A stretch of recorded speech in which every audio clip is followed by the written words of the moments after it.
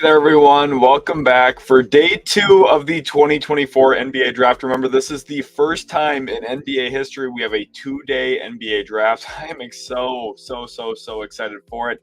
Night 1 was a heck of a ride. I had 7 perfect picks in my final mock draft, and with the uncertainty, especially at the top of this draft, I feel very good about that. There was no free obvious picks like last year with Victor Wembanyama first overall. Once you get a pick wrong in a mock draft, kind of throws the whole thing for a loop.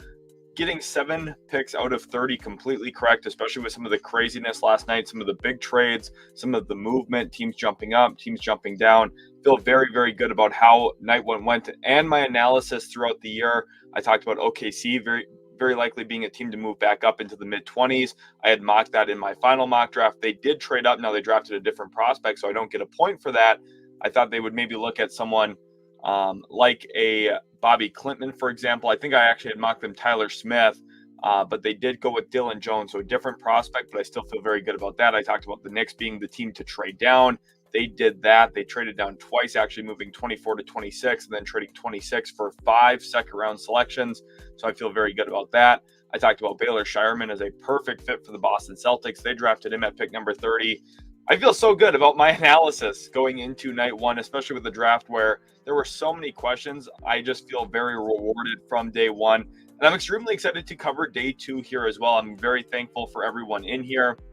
Shout out to Russell Dominguez, hyped up to have you in here. Callum as well, thank you for popping in. Unlimited, welcome to the stream. Unlimited is a huge Washington Wizards fan, an awesome member of my Discord server. Links in the description for that if you want to join. A lot of awesome basketball discussion in there. We have a bunch of different users in there, fans of every single team.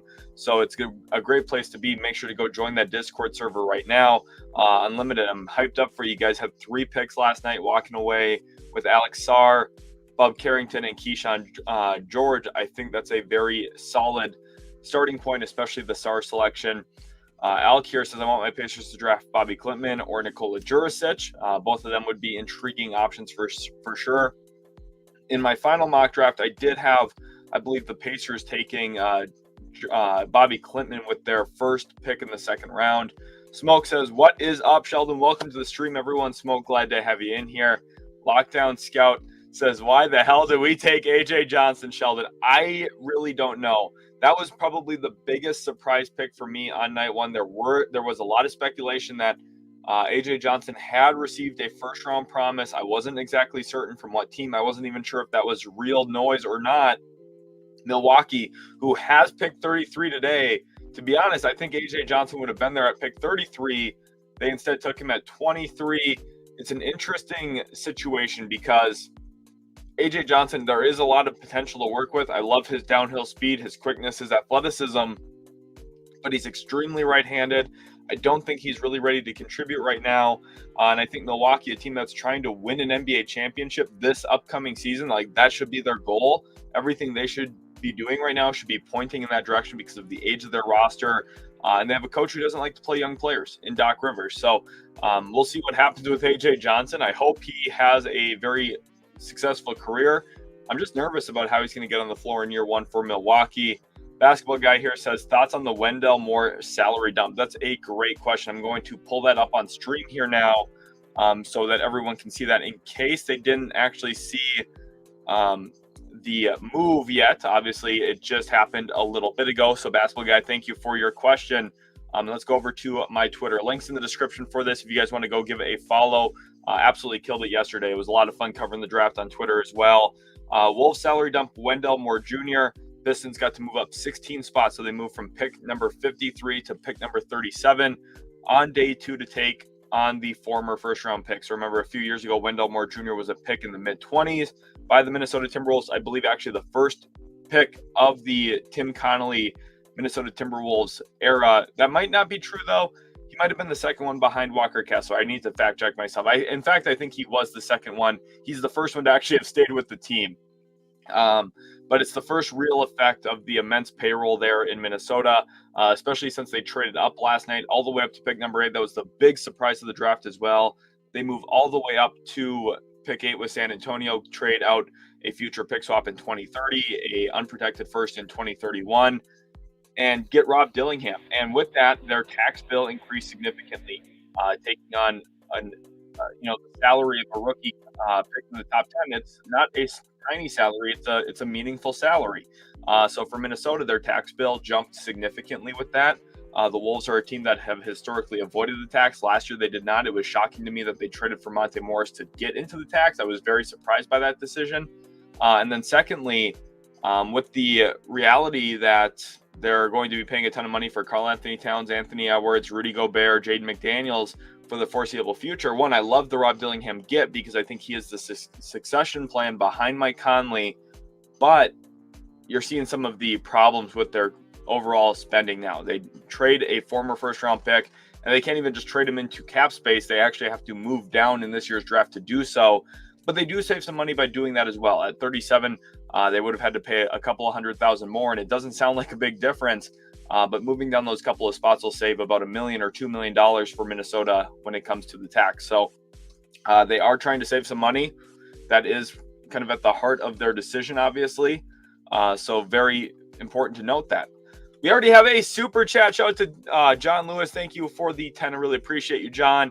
I know you've been in here donating before and obviously been such a great viewer of the channel. So many great comments, especially during my live streams. So, John, thank you so much for the 10. He says, thanks for your hard work. Excited about the Timberwolves. Wasn't sure how we'd get bench scoring or a backup point guard. Love it. Iowa Wolves could beat the Wizards and Nets. I don't think Rob Dillingham's going to be spending too much time in Iowa, to be completely honest with you. But the Iowa Wolves, man, they were pretty solid this past year, especially with Leonard Miller putting up triple doubles down there. But I do think, obviously, I'm not sure, John, if you are aware of this, but I was in very close proximity to the Wolves this past year, covering them as a beat reporter. I spoke with Chris Finch a lot, spoke with Tim Connolly a bit this past year. I know Minnesota, first of all, really likes playmaking. They love players who are able to put the ball on the deck and create for others. That's what Rob Dillingham's capable of doing. So getting him, like you're saying here, really solves a lot of their kind of shortcomings that we saw this past season. Bench scoring, a guard behind Mike Conley. They tried to kind of patch that up with Monte Morris. Kyle Anderson played some point guard. Nickeil Alexander-Walker played some point guard. They finally have a true, real, dynamic scoring combo point guard who can handle, can create, can pass, does a lot of different things. And I think Dillingham landing in Minnesota is one of the biggest wins from last night. I was completely and utterly shocked that even came to fruition. I understand it for San Antonio long-term, what they're angling for and what their hopes and goals are with making that type of trade. But I think Minnesota came out very, very happy with the end result there. And I do know that Minnesota is planning on playing Rob Dillingham night one of his career. So he will be getting minutes next year. I'm thinking 15 to 20 minutes a game next season, which is really good on a very good team. Lockdown Scout says good move saves a good amount of money. It definitely does. It sucks that you have to trade a first-round pick and you have to move down in the draft to save your money, but that's just the reality. Aiden Dudley says thoughts on Salaun. So Salaun has good upside. Like, I love his athletic traits. I love his sheer size, and the defensive upside is definitely present there. For me, though, I thought the selection picking him 6th overall was a little rich, and I know some people might say, well, maybe San Antonio would have taken him at 8. That doesn't really matter to me. For me, based on how I had my big board set up, I had him ranked 20th on my board. Whether it was Charlotte taking him at 6 or San Antonio taking him at 8, I would have said it's too early for him. I thought he was a pick that should have been in the late lottery, probably anywhere from about 11 to Chicago to about 15, 16-ish, Miami or Philly. I could have justified that draft range for him a little bit more than pick number 6. So it's hard because when you pick someone 6th overall, it means you pass on a lot of players. And the chances are that there's quite a few players behind Salaun that are going to be better than him. I still do like the direction the Hornets are trending in, so don't get me wrong. I don't want to be overly pessimistic about Charlotte here, but I do think there were better options for them to take. Smoke says Baylor might be the steal of the draft. I love Baylor Shireman. Was really, really impressed with the Boston Celtics selection last night of Baylor Shireman. We are going to go through the entire first round today in kind of a little bit of a recap, and then we'll talk about the second round, obviously, as well. But I was very, very shocked last night. This is what I tweeted out regarding Baylor Shireman falling to pick number 30, which I did talk about as a realistic possibility. And then also the fact that he landed with Boston is just incredible. John Lewis says, I went to Arizona State for broadcasting. T-Wolves beat would be amazing. I also love the Shannon pick. Hope Miller and might not get to play. Any insights there? I do think both of them are like in the forefront of minutes. Now, I think that the long-term plan is for both of them to be fairly important cogs. I think especially Leonard Miller. Josh Minott has really taken significant steps forward, most prominently in his jump shooting. I do think Minott, with his just sheer athleticism coming in from his own draft when he was a pick in the 50s, I believe, for Minnesota, I really liked his upside because of his athletic traits. I like the way he can operate the baseline, his driving capability. He's just one of the most athletic players in the league, and that's going to sound like hyperbole, but it really isn't. He's really improved as a playmaker and as a shooter. I think there's a real role for him in the league as a kind of fringe rotation guy, or like a kind of your ninth man in a rotation. He's not going to play 30 minutes a night ever probably, but I could see him becoming a functional 15, 20 minute per game guy with the right scenario playing out. So John, thank you so much for the 5. Leonard Miller's the one with the real upside to become a starting caliber player at some point. I had him 15th on my board, I believe, last year. Really, really loved his game. The combination of size, playmaking, feel, rebounding, motor. A lot is there for Leonard Miller to grow upon and take. It's just about adding in some of the defensive nuances, like understanding his defensive positioning. His closeouts are terribly off balance right now. There's a lot of work for him to have happen, but I still like his upside. Isaiah here, thank you for the 2. He says, thoughts on Harrison Ingram and Justin Edwards. I think Justin Edwards will be a pick in the top 45 today. He'll go in the first 15 picks of round 2, if I had to guess. Harrison Ingram is a player I'm not as sold on. I think he's just a good forward. And I mean that in like a good college forward. I think that he's going to have trouble athletically adjusting to the NBA a little bit. And I think his skill set's not going to stand out enough to really separate himself from some of the other wings or forwards in the league. 49er Media says, crazy how the rest of the league let the Lakers and Celtics get a steal. Yeah, Dalton Knecht at pick 17 was a tremendous get. And as you guys can tell from my tweets here, Baylor Shireman at 30 was just incredible. I thought he was a tremendous fit for Boston and just honestly really, really good. Unlimited wants to know my thoughts on the Wizards draft. I liked it for them. Again, we're going to go through the whole first round. I think just getting Alex Sarr just makes it really easy for me to be very happy with your overall picks. Mona Liz says Trey Alexander to the Warriors would be interesting. Obviously, a couple of years ago, they had Jordan Poole in that kind of bench creation role. Trey Alexander probably won't be that in year 1 or 2 of his career, but maybe down the road could kind of step into a role similar to that. Matthew here says, hey man, good stuff. Big Raptors fan. No idea about Jacoby Walter. If you can give me some insights, please and thank you. So for Baylor, the first game of the year would be, if you're going to go watch a game back, Matthew, that would be the best game to start with if you're trying to hype yourself up. He set a Baylor freshman rookie record or freshman record, debut record, with 28 points in his debut for the Baylor Bears. Extremely impressive stuff in his first game. And for his archetype, his skill set, he is primarily going to function as a movement shooter. And I think for Darko and for those Raptors coaching staff, having a player who is functional like that around Scotty Barnes is going to be very useful. I talked about it last year when they drafted Grady Dick, and I talked about his movement shooting and his ability to cut and operate off the baseline being super valuable for Toronto's floor spacing and their overall connection of pieces. I also think now getting Jacoby Walter is a further inclusion of that, where you're getting more shooting. Jacoby Walter's length and athleticism is going to be requisite enough to be a good NBA player. I think Jacoby Walter is going to be a really solid fit there in Toronto. He doesn't move the needle a ton. It's not like he's going to make Toronto a great team next season, but he is going to, over time, I think his spacing and his floor gravity is going to help quite a bit around Toronto's main core. Chris Campbell says, how do you think my Wizards did? Again, we're going to talk about them in just a minute. I'm going to go through and grade each pick. I tweeted last night a ton. I want to talk through every single selection, so we will be doing that very soon. Connor says, OKC is probably going to stay out of the second round, but seeing Flip sitting there, I know Sam is itching to make a trade. But Sam made a big trade last night. Presti moved up to 26 to get Dylan Jones. That was kind of a big surprise for me.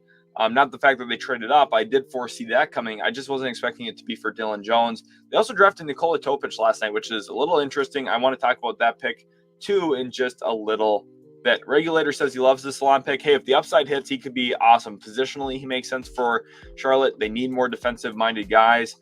His effort, motor, hustle is definitely there. So there is a lot to work with for Salaun. I'm a little more skeptical on the raw talent and his shooting stroke most specifically, but we'll see.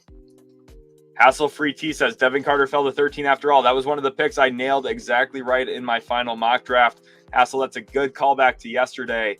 And it was a great pick for Sacramento. We'll talk about that again here in just a little bit. But before we do that, let's preview here really quickly who has what picks to start the day. So I want to talk through this draft order here to begin round 2. I think that'll be the best thing to do. If I can find it here. Here we go. Hopefully you guys are able to see this. Let me make sure on stream. Okay, it is. Let me move it over this way though. So let's do this. There we go. This should look pretty good, I think, for you guys. There we go. That's perfect. So to start the second round, and this is not updated yet from the NBA side because of a recent trade, but the Raptors kicked things off at pick 31 after drafting Jacoby Walter last night. They're in a good spot to add some more talent at the very top here. The Utah Jazz at pick 32, the Milwaukee Bucks at 33. Watch out for Jamal Sheppard. I would love a Jamal Sheppard selection there. 33rd overall, I would be very, very impressed. Pick 34, the Trailblazers, they have that and pick number 40. Obviously, last night they were very active. They were able to bring in Deni Avdija, one of my favorite moves of the night last night. Really like that for Portland. I also think Donovan Clingan was a really strong selection. I had said all draft process long that the absolute floor for Donovan Clingan was probably pick number 7 to Portland. I knew Mike Schmitz and Joe Cronin had their eyes on him and had him very highly held on their board. They did get him at number 7. So Portland, I think coming into today, they're kind of playing with house money. They already addressed some of their biggest needs. A really good center with Donovan Clingan, way better than DeAndre Ayton, in my opinion.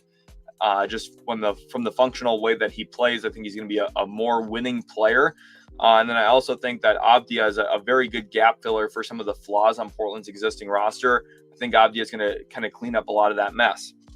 San Antonio at 35, a good opportunity for them to take a swing on another backcourt player, or maybe in the athletic wing like a Justin Edwards we've talked about. There's Indiana at pick 36. Again, Bobby Klintman, I think, would make a ton of sense here. This is now the Detroit Pistons at pick 37. They are obviously a team to watch for given their kind of situation. And moving up, I think it was a smart move by Trajan Langdon. They take in a former first-round pick. They move up 16 spots today as well. They had the cap space to do it. This doesn't jeopardize anything for them. I think it was a smart, savvy move and really no risk at all for the Pistons. The Knicks at 38, now with a collection of second-rounders. I'm going to make a video on the value of second-round picks after the draft at some point in the next week or so. Watch out for that one. I think it's going to be a very, very good video and one that points to the future of the NBA and how the second-round pick is extremely valuable. The Memphis Grizzlies here at 39, they took Zaccharie in round 1. And then we got Sixers, Hornets, Heat, Rockets, Kings, Clippers, Magic, Spurs, Pacers, Wizards, Warriors, Timberwolves here at 53. Remember, Celtics at 54. Do they undercut the Lakers and draft Bronny James right in front of them? That would be hilarious. Bronny James and the Lakers at 55. The Denver Nuggets, Grizzlies, and Mavericks have Mr. Irrelevant today.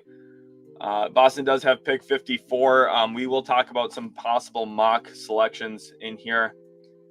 Jonathan says, between two prospects for the Raps at 31, Kyle Filipowski or Tyler Smith. I think Tyler Smith is very, very possible. Jaster here says, thank you for the 2, Jaster. He says, hot take, Bronny James goes undrafted. That would be kind of surprising, especially since the Lakers have a pick in the 50s. I do think they will ultimately select him. Brandon says, just got in, hype. Glad to have you all in here. 353 awesome people watching. Shout out to each and every one of you. It is incredible. I'm extremely excited to have you guys all in the stream here today. I'm having so much fun already recording. Zach says, I'd love for my Thunder to get in the second round and grab Tyler Smith. That's what I thought kind of would happen last night in round 1. I thought they would move back into the end of the first round. In my final mock draft, I had them selecting Tyler Smith. I know they worked out. I think internally they do like him, and he would address a need positionally for them. We'll see if he does go that direction.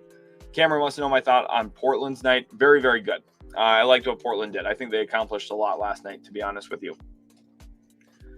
Brandon says, what are some of the best fits for the Pistons with this pick, in your opinion, outside of best player available? A bigger bench point guard could be good if they stay on Sasser or another wing. I think Furphy. If Johnny Furphy's there, that's a really good fit. Johnny Furphy could be really, really good. Tyler says, how do you feel about Topic to OKC? I've come around to it. Since not many players in this draft is getting meaningful minutes on OKC anyways. We'll essentially stash Topic, Goran Dragic comp. I think, well, he's different than Dragic a little bit. We will let's go through now. I think right now is going to be a great time. OKC Warriors small trade. Love the content, by the way. Okay, wow. Oh, there is a trade. Let's get that pulled up really quick. Thank you for the 2 Pathora. Let's make sure to get this up on stream. As you guys can tell, it's very, very difficult to stay on top of news sometimes when I'm streaming, because I'm trying to interact with you guys and cover everything I want to talk about. But we do have a trade here. Oklahoma City is trading Lindy Waters III to Golden State for the number 52 pick. I'm going to tweet this here. OKC gets back into round 2. GSW gets a fringe rotation guy. Not bad for either team. That's not bad. That's solid for OKC. And it is a little bit of a money saving move, so that's interesting. Just to that's something to make a small note of. But overall, I do think that's a pretty fair trade, relatively. It's not crazy or anything, but it is a pretty decently fair trade, obviously. I have not heard any trade rumors so far around the Blazers. Sharman can shoot the lights out in Mazzulla's system. He's probably going to be elite. He's going to be really, really good in Mazzulla's system with the spacing that they play with. He's going to be very, very fantastic for sure. Rob here says, I'm way higher on Tidjane for the Hornets than most. I mean, I hope he works out there. I really do. I'm hoping for the best for the Hornets' future. So, Bronny the Clippers, he's about to curse that team even more. That would be also hilarious if the Clippers took him at 46. Mo says, no one talking about the Heat getting Kel'el Ware or the Bulls getting Buzelis, and the Jazz, the best draft in my eyes, Cody Williams and Isaiah Collier. So the Heat getting Kel'el Ware, I think is a little interesting. It gives them a backup big man. I've heard some speculation that the Heat would maybe play Bam Adebayo at the 4. I don't understand that. I do like Kel'el Ware's rim pressure. I think that's one thing that was extremely important for Miami. Getting a lob threat, getting a back-to-the-basket big, getting someone who can play around the rim a little bit more as a roller, as a post-up against mismatches. Kel'el Ware does all of those things. I think his sheer size and athletic traits gives Miami a little bit more rim gravity, a little bit more rim pressure to open up some of their other strengths, which is mid-range shooting, perimeter shooting with Tyler Hero, Duncan Robinson, Jimmy Butler, Terry Rozier. Bam Adebayo always likes to get to his floater. So I think having someone a little bit different than those types of guys in Kel'el Ware is going to be really valuable. And then defensively, he can block shots very, very well. Kind of reminds me of Hassan Whiteside in Miami. I think the motor's a little bit better, though. I think the energy and effort's a little bit better, but still going to be a question for him. The Bulls getting Buzelis, feel good story, right? He goes back to Chicago, where he is a native of. It's solid. It's solid. Thank you guys all so much for the comments too on the trade. Thank you for spamming, because that way I can hopefully see them. So thank you guys. Marcus Jones says Utah did a good job last night for sure. Yeah, I thought Utah had a really good draft. Getting Cody Williams, I loved. He finished 4th on my overall big board. I think his downhill pressure, I think his ability to beat his guy off the bounce and make plays off of a live dribble is very, very impressive. There's a lot to work with. I think all of the tools are there for him to become a very high-level two-way player. It's just about kind of now, how do you manifest that? How do you go about implementing his development plan to take advantage of his already emerging skill set? And then Collier, I wasn't high on Collier myself, but I think with where they drafted him 29th overall, I can easily justify that decision. I think it's a really good pickup for them, a really high upside pickup, a guy who could be a possible starter in the NBA. Getting him at the end of the first round like they did, very, very good value at that spot. Carl wants to know my odds of the Bucks keeping pick 33. I think it's pretty likely, to be honest. I think it's fairly likely. Yeah, Filipowski's not going to make it down to pick 55. I'd be shocked. I think he'll go in the top 40. He'll go in the first 10 picks today. The draft starts in a little bit under 2 hours. Troy Dilworth with some me pipe. Let's get some me pipe in the chat. I'm gonna put my own me pipe in there right now. Shout out to Troy for starting up our me pipe today. Shout out to you, Troy. Let's go down now to Callum. Thank you for the 5. He says, hope you have a good stream today. Would love to hear what you think of the Suns Rockets trade rumors. As a Rockets fan, I hope we stay put. So Callum, first of all, thank you again for the 5. Really do appreciate that. You're always such an awesome viewer, taking time out of your day to watch and support me. I really do appreciate that. And then for the Suns Rockets trade, I really don't think Houston should trade for Kevin Durant. I think that would be a pretty significant flaw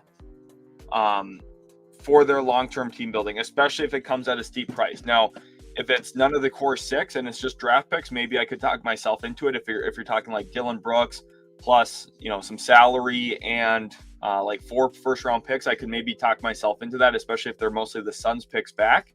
But if it's like, Jalen Green plus picks plus maybe Tari Eason or something, then I'm out. I just can't do it. I know that's going to sound crazy, but trading 22, 23-year-olds for 36-year-old Durant is just not a great look, honestly. And if you look at how much value Brooklyn got for Mikal Bridges, I think it points to what Phoenix could have done and how much value Phoenix had before trading for Durant.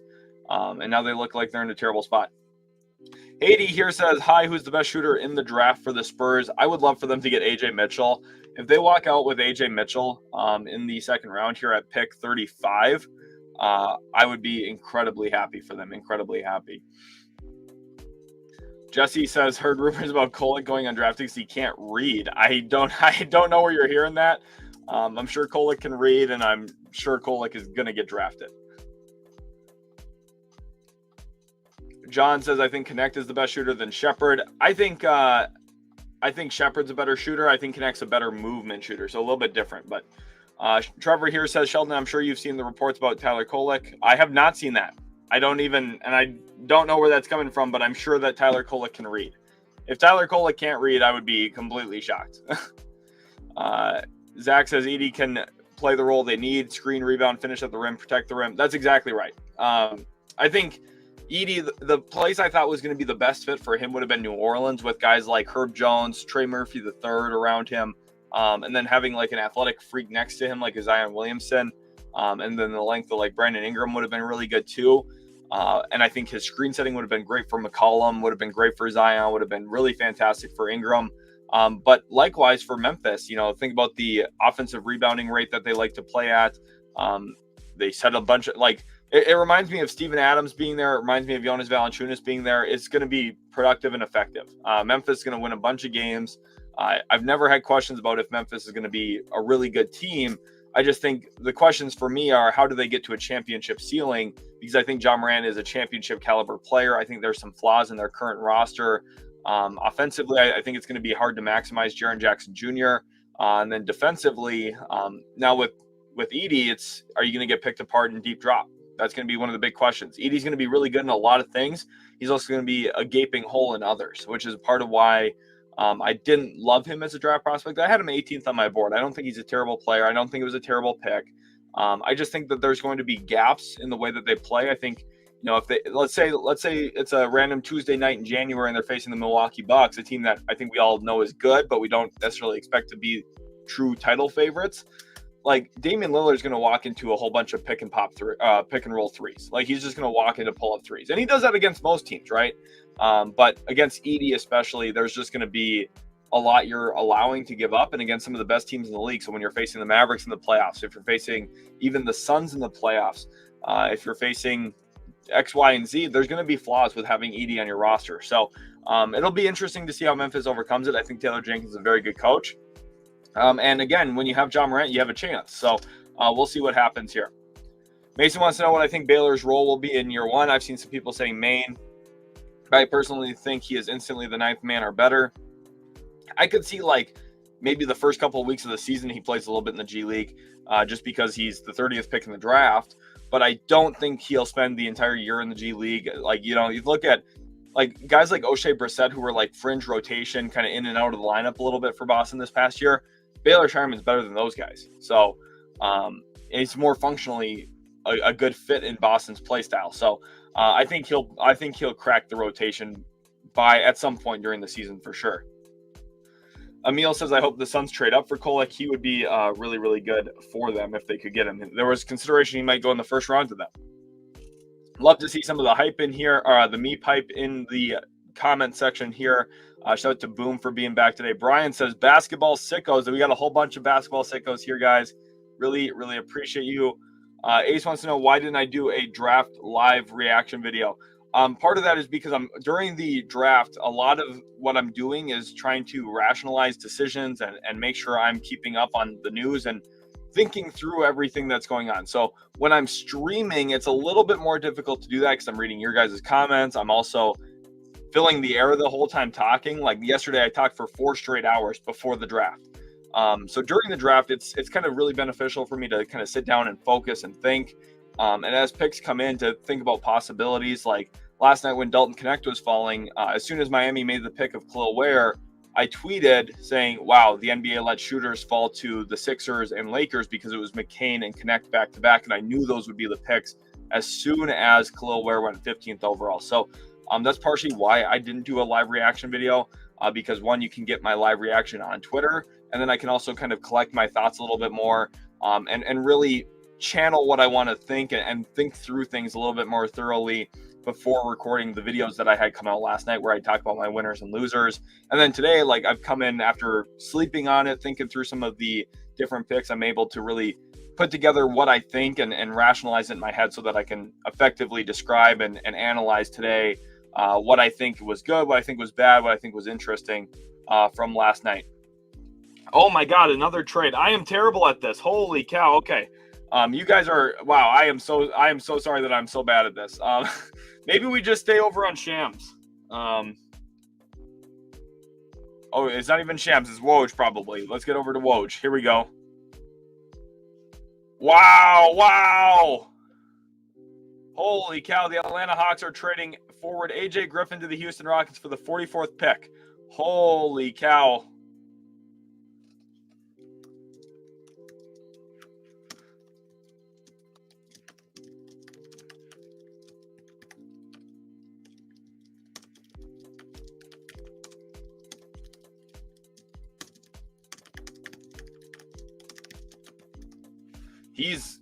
That's a really good get for the Rockets. That's a really, really good get. Make sure, go tag me on Twitter when something like this happens. Column did. Thank you, Column, or Callum, for that. I really do appreciate it, but really do appreciate that. I am extremely excited about that for the Houston Rockets. I am not excited about that for the sorry, I almost said Milwaukee Bucks. I'm used to slamming them. For the Atlanta Hawks, I am not really stoked on that. AJ Griffin's a solid player. Really solid player. Brian says Jalen Green will never come close to how good KD is right now, nor will those picks. I mean, like, Brian, here's the thing. Like, I would also say for the Brooklyn Nets, like when they made the trade with the Nets, the Suns did for Durant, like Mikal Bridges will never be as good as Kevin Durant. The picks that they traded will never be as good as Kevin Durant. But the flaw is your team building, like your overall, because you're taking in a player who's making $40+ million. It completely changes the way your roster is constructed. It completely changes the way your team plays, and it alters your window of being a very good team. Even if Houston, like right now, we'd probably both agree that Houston's not going to be a championship team for a little while. It doesn't mean that getting Kevin Durant makes them a championship team. In fact, I would say it doesn't. So that's, like Kevin Durant did not have a good playoffs, to be completely honest. Valio says, Jazz, let's go AJ Mitchell with pick number 32. Elijah says, I was so shocked Spurs traded number 8, especially out of the first round completely. I think that was one of the things I was most surprised about. Troy says, I think the main reason for trading with for the Suns pick is to allow our core 6 and Reed to contribute to develop and decide which one of them to keep versus trade. I think part of it, too, is just you got more draft picks. You traded 2 assets for essentially 3 or 4 assets. So a little bit more valuable. Yeah, thank you guys for putting this in there. Definitely very, very solid move for the Rockets here. I really like this move for them. Yeah, I would have traded any second round pick probably too for AJ Griffin. That would have been one like Utah, who has pick 32, I believe, right? Utah would have probably traded pick 32 for him if I had to have guessed, just because he's a wing who can shoot it. But Patrick, glad to have you in here. One of my Discord mods. Shout out to Patrick. Really appreciate him a ton for all of the work he does. And just being a part of our awesome Discord community. If you guys want to go join that, link's in the description there. Kirk here says Rockets have no time or space to play AJ. I mean, maybe not, but he's a talent grab. Former first-round pick, a guy who was mocked through for the lottery a ton in his own draft class. Fell with a little bit of a foot injury, but let's pull up AJ Griffin's numbers. Again, numbers don't dictate everything, He didn't play very much. He played only 20 games this year and did not play well.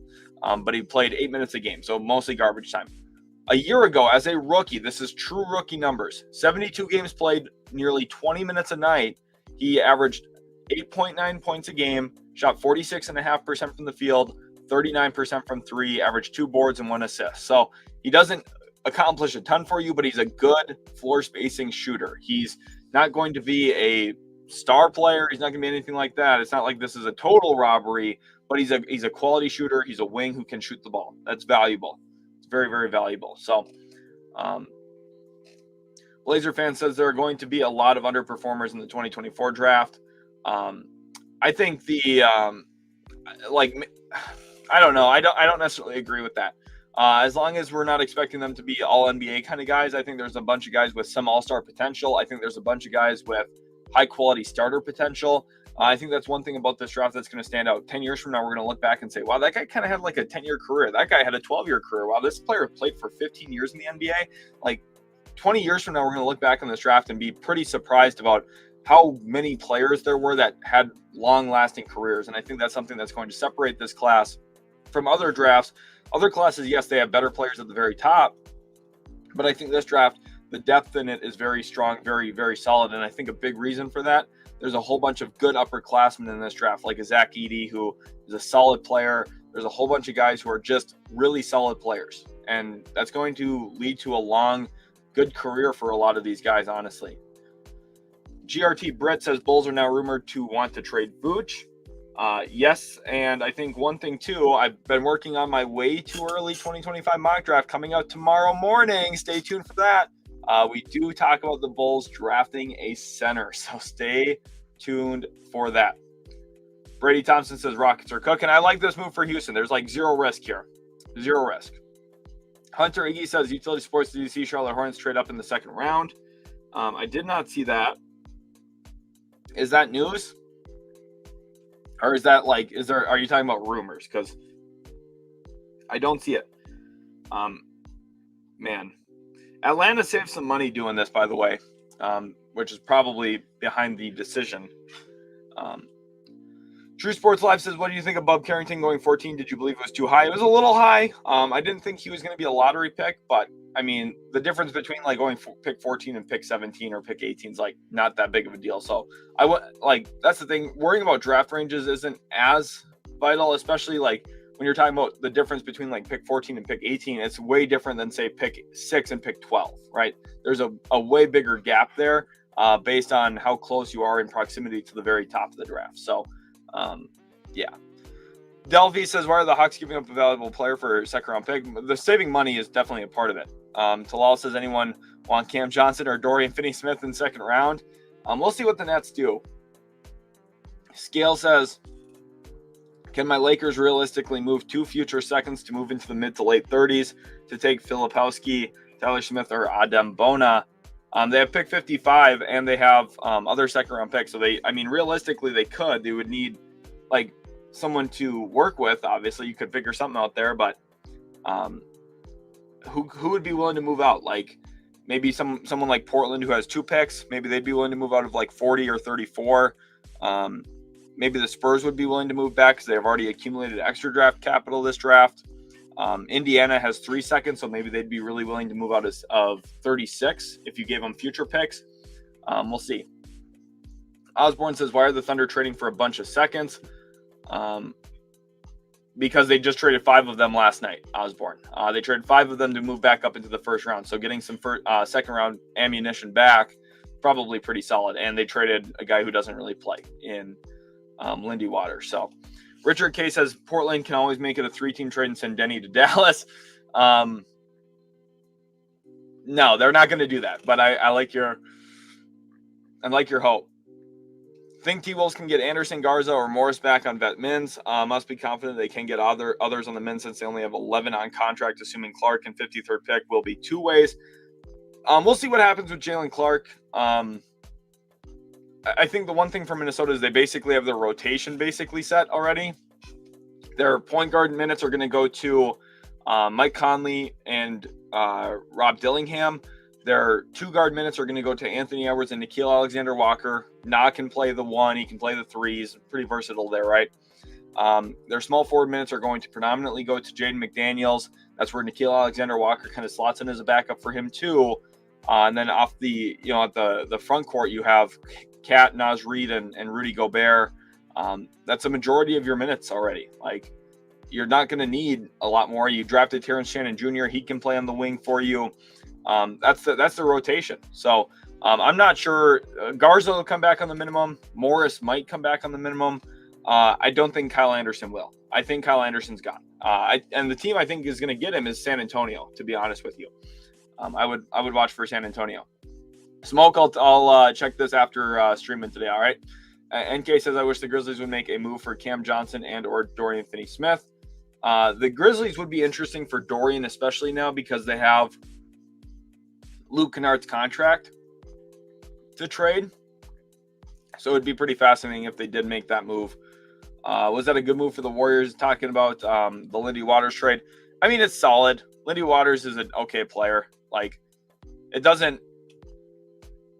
not like Lindy Waters isn't going to fix Golden State's issues. But interestingly enough, Golden State's getting a shooter there. I don't know if that says anything about Klay Thompson. It definitely doesn't. I'm just I don't know. I'm yapping. Don't take into account what I just said. I'm just being funny.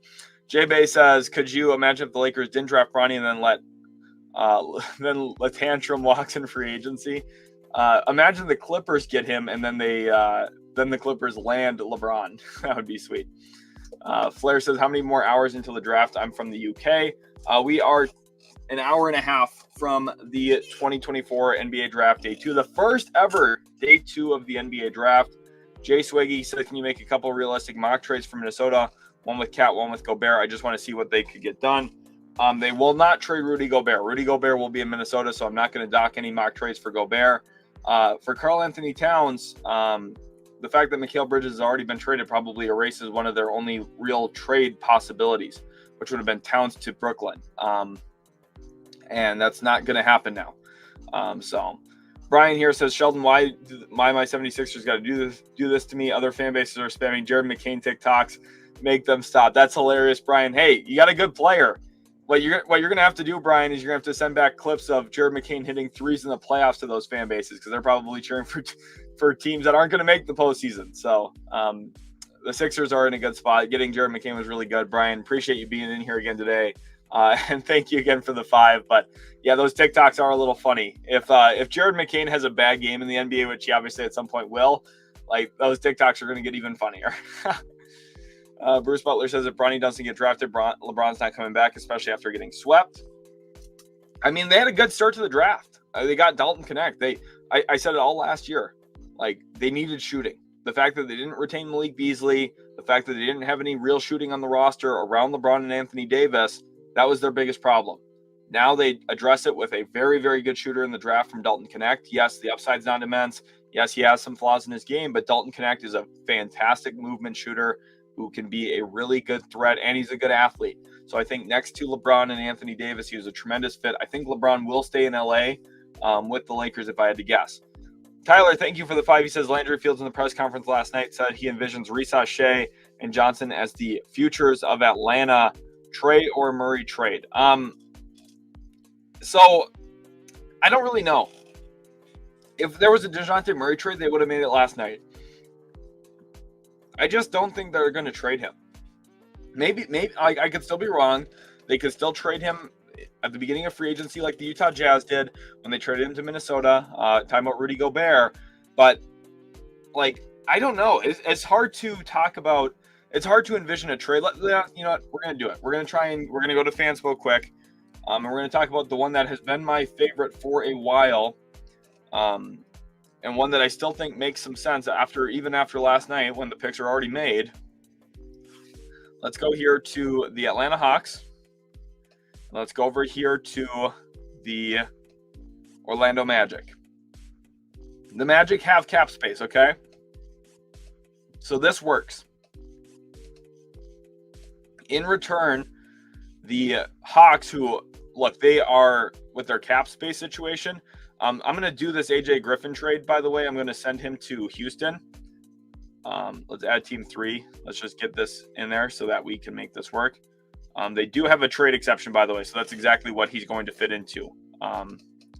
So AJ Griffin fits into the trade exception there. This pick goes to Atlanta. And then what would happen here is this is Tristan da Silva. This can go to Atlanta. This can go to Atlanta. This can go to Atlanta. And maybe this goes to Atlanta. Something like this, where you're getting essentially 3 first-round picks. The Magic get DeJounte Murray. Let me change this. Let me show you guys a little trick.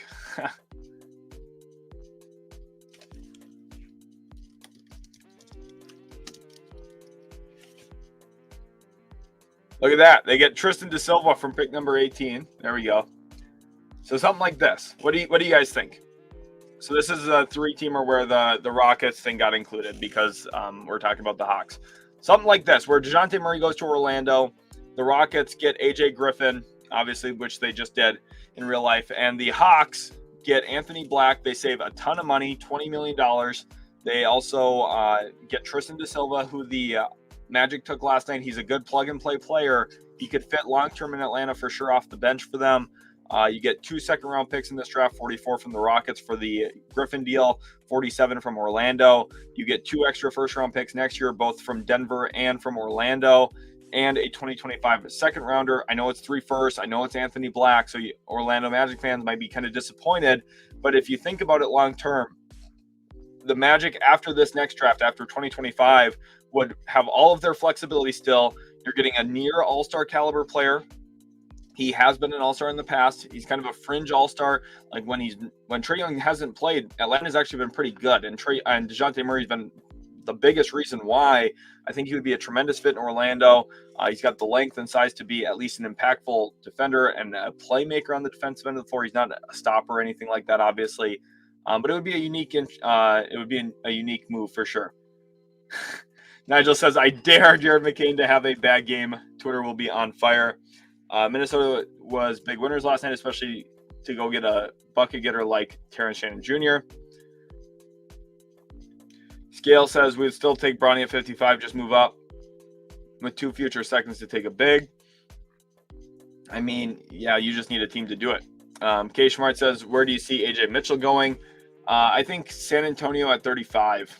Probably the most realistic option, if I had to guess, because looking at Toronto at 31, they have Emmanuel Quickly, drafted Jacoby Walter in the backcourt last night. The Jazz drafted Isaiah Collier at 29. They're probably not looking point guard after drafting Keontae George last year.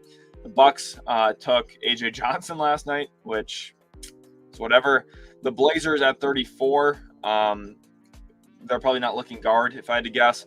And the Spurs at 35 just make the most sense, honestly. Jeff says, who is the best remaining player for the Pacers at 36? I think Bobby Klintman would be really good for them. Obviously, I love AJ Mitchell. We'll talk about my overall big board here in a second, too. Do I think the Lakers will trade Gabe Vincent? Possibly. Like, if a deal comes around at the start or beginning of free agency, we'll see. Julio says, who should the Pistons draft with the 37th pick after trading up? I would love Johnny Furphy for them if he falls to that spot. Filipowski could make some sense as well. Izzy says, do you see my Spurs making a free agency move for a point guard after trading Dillingham away? I can't see any other scenarios where that trade made sense without getting a point guard. So this stems from the fact that they think Stephon Castle's a point guard. So Eric Gordon is declining his player option. I don't know why. That's Houston or Phoenix is kind of getting lucky. I'm not even going to lie. Like, all of their not great role players are declining. All of their not good role players have declined their player option. Like Drew Eubanks declined his player option. Like, I don't know, man.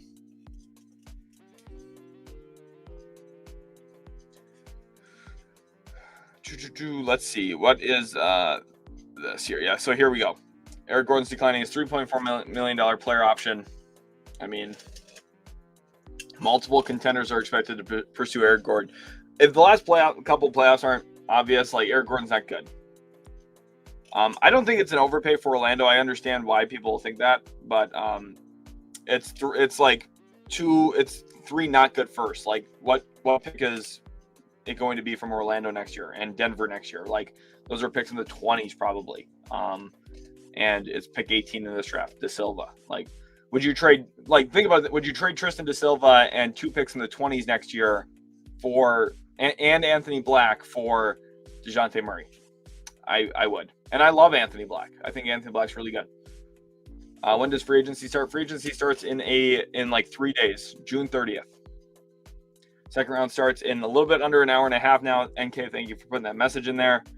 Hamster says you hear the rumors about Spurs being interested in Brook Lopez. I did hear that. I'm not sure if that's going to be something that we actually see happen, though, because if the Bucks were to trade Brook Lopez, they're probably looking for something win now back in return. And I'm not exactly sure what San Antonio would have to give them in that regard. So it'd have to be a 3-team deal. And then anytime you're talking 3-team trades, it's really hard to see that actually like making sense. Nathan here says, where do you see Bronny James going? Could he be on the board at 52 for Golden State? So Golden State just traded pick 52, Nathan. They actually traded pick 52 to the Thunder. So they no longer have 52. Marcus Jones says, Rob Pelinka better not go get Eric Gordon. He is done. That's probably where Eric Gordon's going to play. It's probably the Lakers. Willie Davis says, best fits for Kyle Filipowski, Tyler Smith, Tyler Kolek, and Johnny Furphy. Yeah, that's a great question. I think one of the best fits for Furphy is Portland would be good for him. Utah could make some sense for him. Best fit for Tyler Kolek would probably be San Antonio. And I'm going to continue to mention the Spurs for point guards because just getting another one is good. Filipowski could work pretty well in San Antonio as well. Like, I think having him next to Wemby, like that's the beautiful thing about Wemby is he's so good and he does so many things so well that he covers the sins of a lot of players. So like Filipowski's not a good rim protector for a center, but he's probably not mobile enough to guard power forwards consistently well. You think about how Minnesota's found success kind of hiding Karl Anthony Towns on power forwards and having Rudy Gobert still there to protect the rim. So if Cat gets beat off the dribble, it's not the end of your defense. I think that Wemby could have that same kind of effect for Filipowski in San Antonio. Obviously very differently because they're different players, but you know what I'm saying. Farrell here says, any chance Portland drafts Bronny to throw in a trade with Jeremy Grant? Here's the thing. The reason LeBron, what happened here? Like, you think about, I need to, let me take this off the screen so everyone can see me. The whole reason LeBron has all of a sudden stopped saying that he wants to play with his son, Bronny, right before the draft here, is because he is trying to get teams to not select him. And he's trying to make it seem like wherever Bronny goes, it's not a big deal. And what will ultimately happen, Bronny James will go 55th overall because LeBron will say, I'm not coming to play for your team, even if you draft my son. So then all of a sudden teams are going to say, okay, well, we don't really have interest in drafting Bronny. But what LeBron really does want is to play with his son. That's what I really think is happening here. I think LeBron wants to play with his kid, and LeBron will play with his kid in LA. The Lakers will draft him. That's what I think is happening here. So no, I don't think Portland will draft Bronny James. Desange says, you think Bruce Brown's going to go anywhere? He was not traded on night one, which is interesting. So he could definitely be a free agency trade where teams think maybe they're going to line up for their cap space to get someone. They maybe miss out on that. And then Bruce Brown sitting there as like an upgrade possibility. So we'll see where he goes. Would be kind of surprised if he gets traded today. Bryce says Detroit has 9 rotational players on the roster prior to more junior trade. What could they be planning with 37? I would love for them to get more shooting. You just can never have enough shooting in the NBA. And especially their team, because they didn't draft a shooter last night. Who do the Raptors take at 31 if we don't trade it?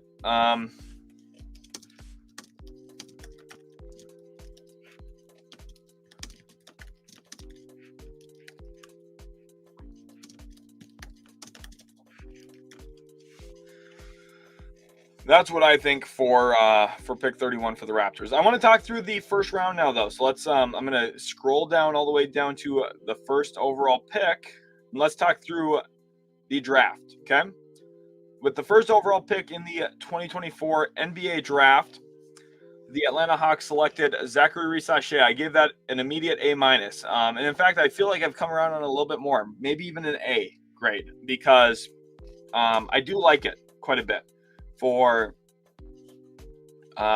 this selection.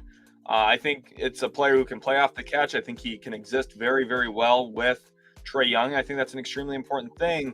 I think, people have really gotten wrapped up in the idea of, oh, this pick doesn't have a top guy. It doesn't have a no-brainer all-star. It doesn't have this, that, and the other thing. And what that's caused people to do is to get extremely low on the top players in this draft, when the reality is the top players in this draft are probably going to be pretty good. Like, I don't mean like pretty good, like, oh, they'll be a role player. Like, I'm saying like pretty good, like they'll score 15 to 18 points a game. And I think Risacher, like if you're talking about a two-way wing who averages 17 points a night, guards the other team's best or second best player, and shoots 39% from three, I think we would all uniformly say that's a really good player and a really valuable player. And I think Atlanta got that first overall. Someone who maybe doesn't average 17 for a couple of years, but I think year one he could definitely average 12, 13 points a game. Year two, he could maybe blossom up to 15 points a game. And then by year three, that's when he turns into maybe that 17 point per game guy. Reminder, in May, I said not to rule out Zaccharie Risacher, which was kind of, I don't really deserve credit for that, but I said it. Second overall, 2024 draft, the Wizards select Alex Sarr. I give that an A+. I think there's a lot of versatility there for the Wizards long term. I really, really like it. For them, I just think this is going to be a really good selection long term, because it gives them flexibility going into next year's draft and the draft after that. If they want to draft a center next year, they can, because Sarr can play the 4. If they want to draft a 4, they can, because Sarr can probably scale up to play the 5. So if Cooper Flag lands in DC, they can make that work and they can make that fit. I think Washington has been very calculated. I think partially trading Deni Avdija is to stay at the bottom as well. Yes, Avdija is a really good player. He had a breakout season. But I think Washington is focused on accumulating number 1, number 2, number 3 picks in the draft. And if everything goes right, if they get lottery luck along the way, they could definitely line themselves up to be one of the most defensively versatile teams with a lot of really good talent going forward. Let's move on to number 3. The Houston Rockets select Reed Sheppard. I give an A+ grade. I thought it was the perfect combination of fit and talent. He finished number 2 on my board. Overall this year, I just think an elite dribble pass shoot option, kind of a blend of Austin Reeves and Mike Conley. Not really an exact duplicate of either player, but I think together those two guys are kind of the style of player you're going to get with Sheppard. Someone who can handle in the pick and roll, has a little bit more downhill juice, a little bit more on-ball creativity than he's given credit for, but is a real sniper marksman from 3. And I think just like Conley has shown throughout his career playing alongside Donovan Mitchell and Anthony Edwards, compared to what he was doing early in Memphis as a true point guard, the ability to be on ball and off ball and be good at both of those things is very, very rare. It's very hard to find players who are good like that. Like, think about Trae Young and Luka Doncic. Those are two unbelievably talented on-ball players. Neither of them give you the value off the ball that you wish they would. And that doesn't mean that they're less valuable than Reed Sheppard. Obviously, Trae Young and Luka Doncic are both better than Reed Sheppard. And you would want those players over Reed. But I think Sheppard is extremely valuable because of his ability to fit, and I think his impact on winning is going to be very immense. I think it was just a really great pick by Houston. 4th pick in the 2024 NBA draft, the San Antonio Spurs select Stephon Castle. I gave this an A- grade. Excuse me. I give it an A- grade. I think his fit with the Spurs is really, really awesome. Mostly predicated on what he's going to provide defensively as an elite screen navigator. This gives the Spurs a ton of positional versatility. If you're playing the Boston Celtics one night, I can see Stephon Castle probably guarding Jason Tatum. The next night, if you're guarding the Golden State Warriors, well, guess what? Castle's no longer guarding Boston's power forward. He's probably guarding the Warriors' point guard in Steph Curry. I think his ability to stay attached to the ball handler or stay attached to the off-ball guy with his ability to wall up defensively, this takes some pressure off of Wemby to be the defense and instead gives them a very, very, very high upside player alongside him who has really good downhill playmaking feel, makes a bunch of winning plays, rebounds the ball really, really, really well for his position. And I think defensively, that's where you're getting the biggest upside here. I would have loved for them to grab offense last night. They didn't do that. But I do think Castle, 4th overall, was a very, very strong pick. Pick number 5, the Detroit Pistons select Ron Holland. I gave it a B+. I do like Holland's upside, and I think when it's all said and done, if we look back 10 years from now, there's a good chance we talk about Ron Holland as one of the 4 or 5 best players in the draft because of his upside. And if some players that I currently view ahead of him bust or they don't work out in the way I'm expecting them to, then Holland has a real opportunity to ascend into that top 5 kind of caliber in this class.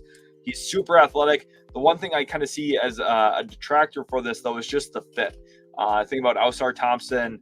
The absence of really reliable wing and perimeter shooting around Cade Cunningham and Jaden Ivey and Jalen Duren, I think, is going to be a long-term detractor here for Detroit. Now, if you look at Trajan Langdon, he comes from the Pelicans. They valued wing defense, perimeter defense a ton. Length and athleticism is paramount in that. Ron Holland checks a lot of those boxes for sure, so this is not to diminish Ron Holland. And I do think there is good long-term planning here by Detroit, probably looking to build their defense up most specifically with a really promising perimeter defender. But I do think offensively there are going to be some limitations early in his career if the jump shot doesn't develop. We'll see. But it does seem like, there's obviously a lot of optimism right now around the Pistons given their shooting coach and the hope that they're able to kind of turn the tide here on some of their young players' shooting careers. So I was 4 for 4, by the way, on my first 4 mock picks of this draft. 6th overall, the Hornets selected Tidjane Salaun. I gave that a C. The one thing I don't want to do on draft night is completely slam a pick, and give it an F grade or anything. The only time I've ever done that was when the Pistons selected Killian Hayes 7th overall. I gave that an F because I just thought it was terrible. And I said that they should have taken Tyrese Halliburton. Pistons fans told me I was dumb and wrong and that Troy Weaver knew what he was doing. Now Troy Weaver works in Washington. This Salaun pick is, positionally, I understand it. And the upside is definitely there. The athletic traits are there. Defensively, he could fit really, really well in Charlotte, and they needed defensive-minded players. I just think for the Hornets, though, at pick number 6, it's there's other players. I would have preferred a trade down. I would have preferred a bunch of different things for the Hornets. So unfortunately, I just didn't love this selection for them. But yes, the draft is in an hour and 15 minutes or so. So it starts at 4 Eastern time for anyone who is wondering. So we're about an hour and 13 minutes away now at this point in time. 7th overall, the Blazers drafted Donovan Clingan. I had him 6th on my board. For me, if you get an A+ grade, it's something that I strongly believe is the right move, or one of the couple of right decisions that they could have made at that spot in the draft. To get an A+ means I really am on board with your decision. I think Donovan Clingan will be the best center in the Blazers rotation among Robert Williams, DeAndre Ayton. I think Donovan Clingan is better than both of those guys. DeAndre Ayton, too much of a finesse big, I just think Clingan's impact on winning is going to be more significant. I think his screen setting with Scoot Henderson is going to be really valuable. I think his shooting is going to be his passing is going to be very, very functional in NBA half-court offense. So I think Clingan, really good selection here. I tweeted this about the Tidjane Salaun selection. The least valuable archetype in the NBA is power forwards who aren't reliable shooters. That's just the reality. And like I said, about a few days ago, actually, in my opinion, the absolute floor for Donovan Clingan on draft night is Portland at 7. I think Portland had a good day, though. Getting Donovan Clingan, Denny Avdia, just a really good night for the Blazers. And we'll see what happens with Robert Williams. Very, very possibly gets traded. Malcolm Brogdon got traded yesterday. We'll see what happens with Rob Williams. 8th overall pick. So I gave the Spurs an A+ when it sounded like the Spurs were going to take him. But then I was told Minnesota made a move for him. So the Wolves, and this really surprised me, I gave an A++ because I love the fact that they were able to keep pick 27. I love the fact that given how ready they are to compete right now, that they're stepping on the gas a little bit, trying to maximize their window and capitalize on this window by putting a running mate next to Anthony Edwards in the backcourt. Minnesota really needed electricity in their offense. They needed someone who is quick, capable of getting to spots, knocking down open jump shots, and creating open jump shots. I think that's the biggest thing here for the Wolves. They really needed someone who's able to create. And Rob Dillingham is very, very capable of doing that. He's one of the best in the draft at creating offense. So I am extremely excited about that for the Timberwolves. I think this is a really strong move for them. Ninth overall, the Memphis Grizzlies select Zaccharie. I gave it a B grade. I think he's a good NBA player. I think he's going to have a long NBA career. I think he's going to play in the NBA for 13, 14 years. He's a huge human being. There's a lot of value in that. Just on the court, he's massive. He's going to turn people away from the rim. He's going to be a rim deterrent a bit. His screening and offensive rebounding especially is fantastic alongside Ja Morant and the Memphis Grizzlies. My biggest question, and this is why I'm a little bit more critical, can deep drop survive the Western Conference? Because if you're playing the Warriors, that's going to be a tough task. If you're facing the Lakers, I mean, maybe that's one of the teams you'd want to face with your deep drop coverage. If you're facing the Nuggets, how does that look against Nikola Jokic and Jamal Murray? On the other side, though, having Edey's huge body and huge frame will help against the Denver Nuggets in kind of minimizing the Jokic to Gordon lob that has been so traumatizing for teams like the Los Angeles Lakers. So Edey, I think, is a good player. He's going to work really well in Memphis. It's just I have questions about the deep drop coverage mostly. 10th overall, the Utah Jazz select Cody Williams. I gave that an A+. Cody Williams finished 4th on my big board. Getting him at 10th, I think, is strong value. It's not like unbelievable value. This is kind of the range I was expecting Cody Williams to go. In my final mock draft, I mocked him 9th overall. That pick was a part of a trade. Memphis I had moving up to pick number 6 in my final mock draft. Ultimately did not do that. They got a different center. But Cody Williams falling to Utah here. One of my favorite mock picks throughout the year was the Jazz landing Cody Williams because it felt like a Danny Ainge type selection. Seeing the upside, the frame, the size, the length, the rim pressure, the playmaking upside. Like Cody Williams felt like a Danny Ainge pick to me for most of the draft cycle. So I think it was a really good move. They needed a wing, and they got a really good one. Hugh here says, hey, he shot 39% from 3 as a rookie, talking about AJ Griffin. I thought the AJ Griffin trade was good for Houston. It basically zero cost, trading pick 44 is whatever. If AJ Griffin was in this draft, he would have been a top 20 pick. So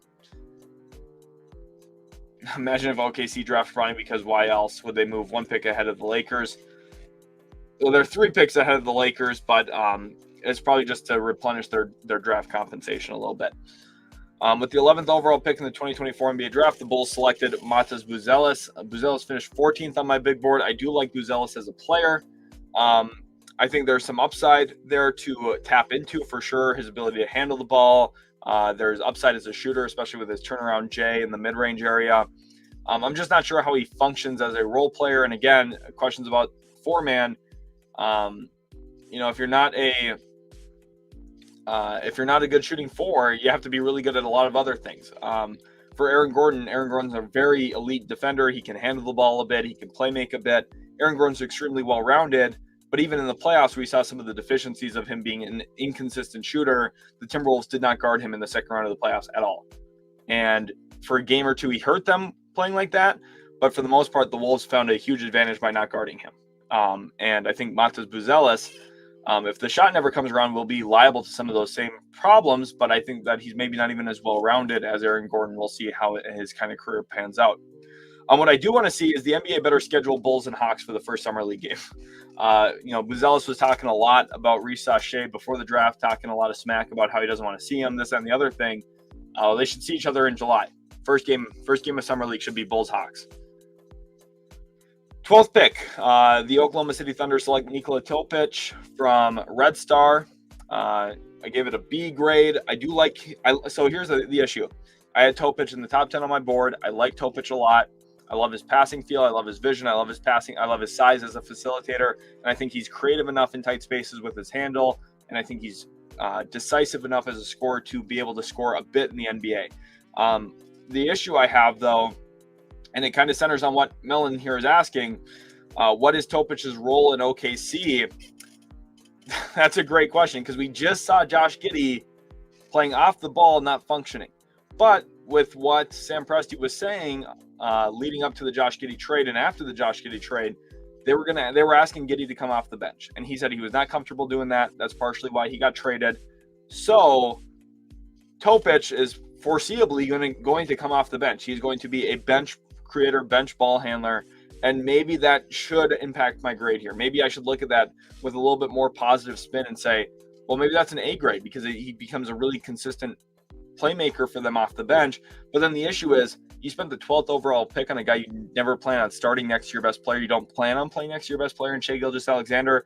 How does that work? What does that work? How does that work in the playoffs? I have real questions about that. So I feel like my B grade is fair. And it's not because I don't like Topic, and it's not because I don't like OKC. I think both of them are very, very promising and very, very good. I just don't know if the fit's going to function the way that I would love for it to, right? Rab here says Ron Holland will be the best in the class. There is a little bit of potential for that. We'll see if he does or not live up to that. SP says, will any of the French guys skip summer league and prepare with the French national team? That's a great question because we got the Olympics this year. To be honest, SP, I would love to give you an answer right now. I'm just not equipped to answer that currently. So I can't give you any insight on that, but I would have loved to. Maybe I will try and get information on that, and then I will probably send out a tweet on that. Make sure you guys are following my Twitter, by the way. Links in the description @_utility sports if you just want to look it up on Twitter. I think we hit 2,400 followers last night, which is sweet. Make sure you guys do go follow over there. I would really appreciate for you to be a part of what we do at Utility Sports, both on the channel. Make sure to leave a like on the stream. I haven't asked anyone to leave a like yet. Smash that like button on the stream if you guys are enjoying. We have 550 people watching live. There's no reason we can't get to 500 likes then. Everyone, go hit that like button right now. And I'm going to talk about the 13th overall pick while you do it. The Sacramento Kings selected Devin Carter, 13th overall. This is an A-plus pick. I had Devin Carter 10th on my board. I think his two-way capability and his offensive dynamism, I think there's a lot of upside for Devin Carter to play into and grow into. He might be one of those false ceiling players that really, I think, outperforms what most people are expecting for him. He can guard across multiple positions. The Kings didn't really need a guard after getting Malik Monk to stay and having De'Aaron Fox, obviously, the emergence of Keon Ellis at the end of the year. But I do think just flat out, it's a really great opportunity here for Sacramento, adding Devin Carter. It was just a grab on talent, a grab on a player who really fits them. I think is really, really, really good for them. Unlimited says, funny how everyone calling this draft weak, yet I hear those same people begging to trade up in the second round. Yeah, isn't that crazy? Liberty here says, Clippers picking today. Yes, the Clippers have picked 46, Liberty. Also, welcome to the stream, everyone. Ashley, glad to have you in here. She says, Clingan, he or she, I'm not sure if Ashley is a boy or a girl, but it says Clingan was a steal for the Blazers. Knecht at 17 is a steal of the draft. It's very, very valuable. I also really loved Baylor Shireman at 30. We're still working that way, though. Let's get on to 14. The Wizards selected Bub Carrington. I gave it an A-. A little bit high for me. I would have probably not taken him at 14 myself, but there's a lot of upside there. Carrington has the chance to blossom into stardom with a great pull-up jumper, passing, feel, and rebounding. Big boom upside. He could be a very productive player. One guy who I've compared him to throughout this draft process, the frame's not the exact same. The wingspan definitely isn't. The defensive upside's definitely not there. But DeJounte Murray, he's not going to be probably as good as DeJounte Murray, but his play style, his offensive scoring diet could theoretically look very differently. So the following teams are not allowed to trade cash for a pick today, by the way, in the second round. Boston cannot trade cash for a pick. Golden State cannot trade cash for a pick. The Clippers cannot trade cash for a pick. The Bucks cannot. The Timberwolves cannot. And Phoenix cannot. So that is something to remember. Keep that in mind, okay? Donovan says, what's going on, Sheldon? Appreciate your hard work. Thank you, Donovan. Glad to have you back in here today. Appreciate you so much. Aaron Carter says, if Lakers draft Bron, they easily won the draft. Talking about Bronny, probably easily won the draft. And I'm a diehard Celtics fan with Dalton. At 17 was a major steal. Dalton wasn't a huge steal. I think Shireman, you guys will see my big board here in a little bit if you haven't already. I'm a big believer in Baylor Shireman. Wemby and Bilal are with the preliminary roster for the French Olympics team. There's still 5 cuts to go before final roster. Risacher and Sarr won't be on the team. Okay, see, that's kind of what I figured, but I didn't want to say that because I didn't know. So, because it's very rare for guys who are incoming rookies, especially NBA rookies, to actually find themselves on an NBA roster. Or not only just on an NBA roster, but find themselves consistent minutes and find themselves that real opportunity. Shout out to Nav for the $20 super chat. Thank you so much for that. Really appreciate that. He says, hey, Sheldon, where's the pizza? It's draft tradition. Tristan De Silva was a great pick. Go Magic. Well, Nav, appreciate you so much. Michael Orlando hit me up with that $20 super chat yesterday to get some draft day pizza for day 1. Look at that. Day 2, we've got that draft tradition pulling over to day 2 of the NBA draft today. Nav, thank you so much from the bottom of my heart. I really do appreciate that. Your guys' support of the channel, the super chats, the time watching, the comments, everything you do, leaving likes, all really helps me out a lot here. It, first of all, helps me just know that I'm doing good work. I really do appreciate that part a ton. But then also, obviously, the monetary support and the support, having the views, having all of that kind of stuff goes a long way too. So just a huge thank you to everyone in here right now, all 530 of you awesome people. Really fantastic audience. I love the fact that you guys are so engaging with me in the comment section, asking some great questions, leaving your thoughts and analysis down below too. That's one of the things that I think makes utility sports so special compared to any other place on the planet from a sports analysis standpoint. You know, I'm giving my analysis, I'm sharing what I think, but we're also incorporating you guys into the show because it is super important to really encompass all 30 fan bases, all 30 NBA teams in our national coverage of the NBA. So really appreciate you guys. And Nav, again, thank you for the 20. I'm going to have to order some pizza again today. Domino's is going to be getting my service one more time today as well. Patrick, we will talk about pick 31 here in just a little bit, so stay tuned for that. Let's continue with our round 1 analysis. 15, the Miami Heat select Kel'el Ware, A- grade from me. I think the rim protection, size, quick twitch, athleticism, touch, and true lob threat will all be very valuable for Miami. I think his just sheer size and everything that he does makes a ton of sense. Guys, I will be back in 30 seconds. Stay tuned. I will be right back. No rush.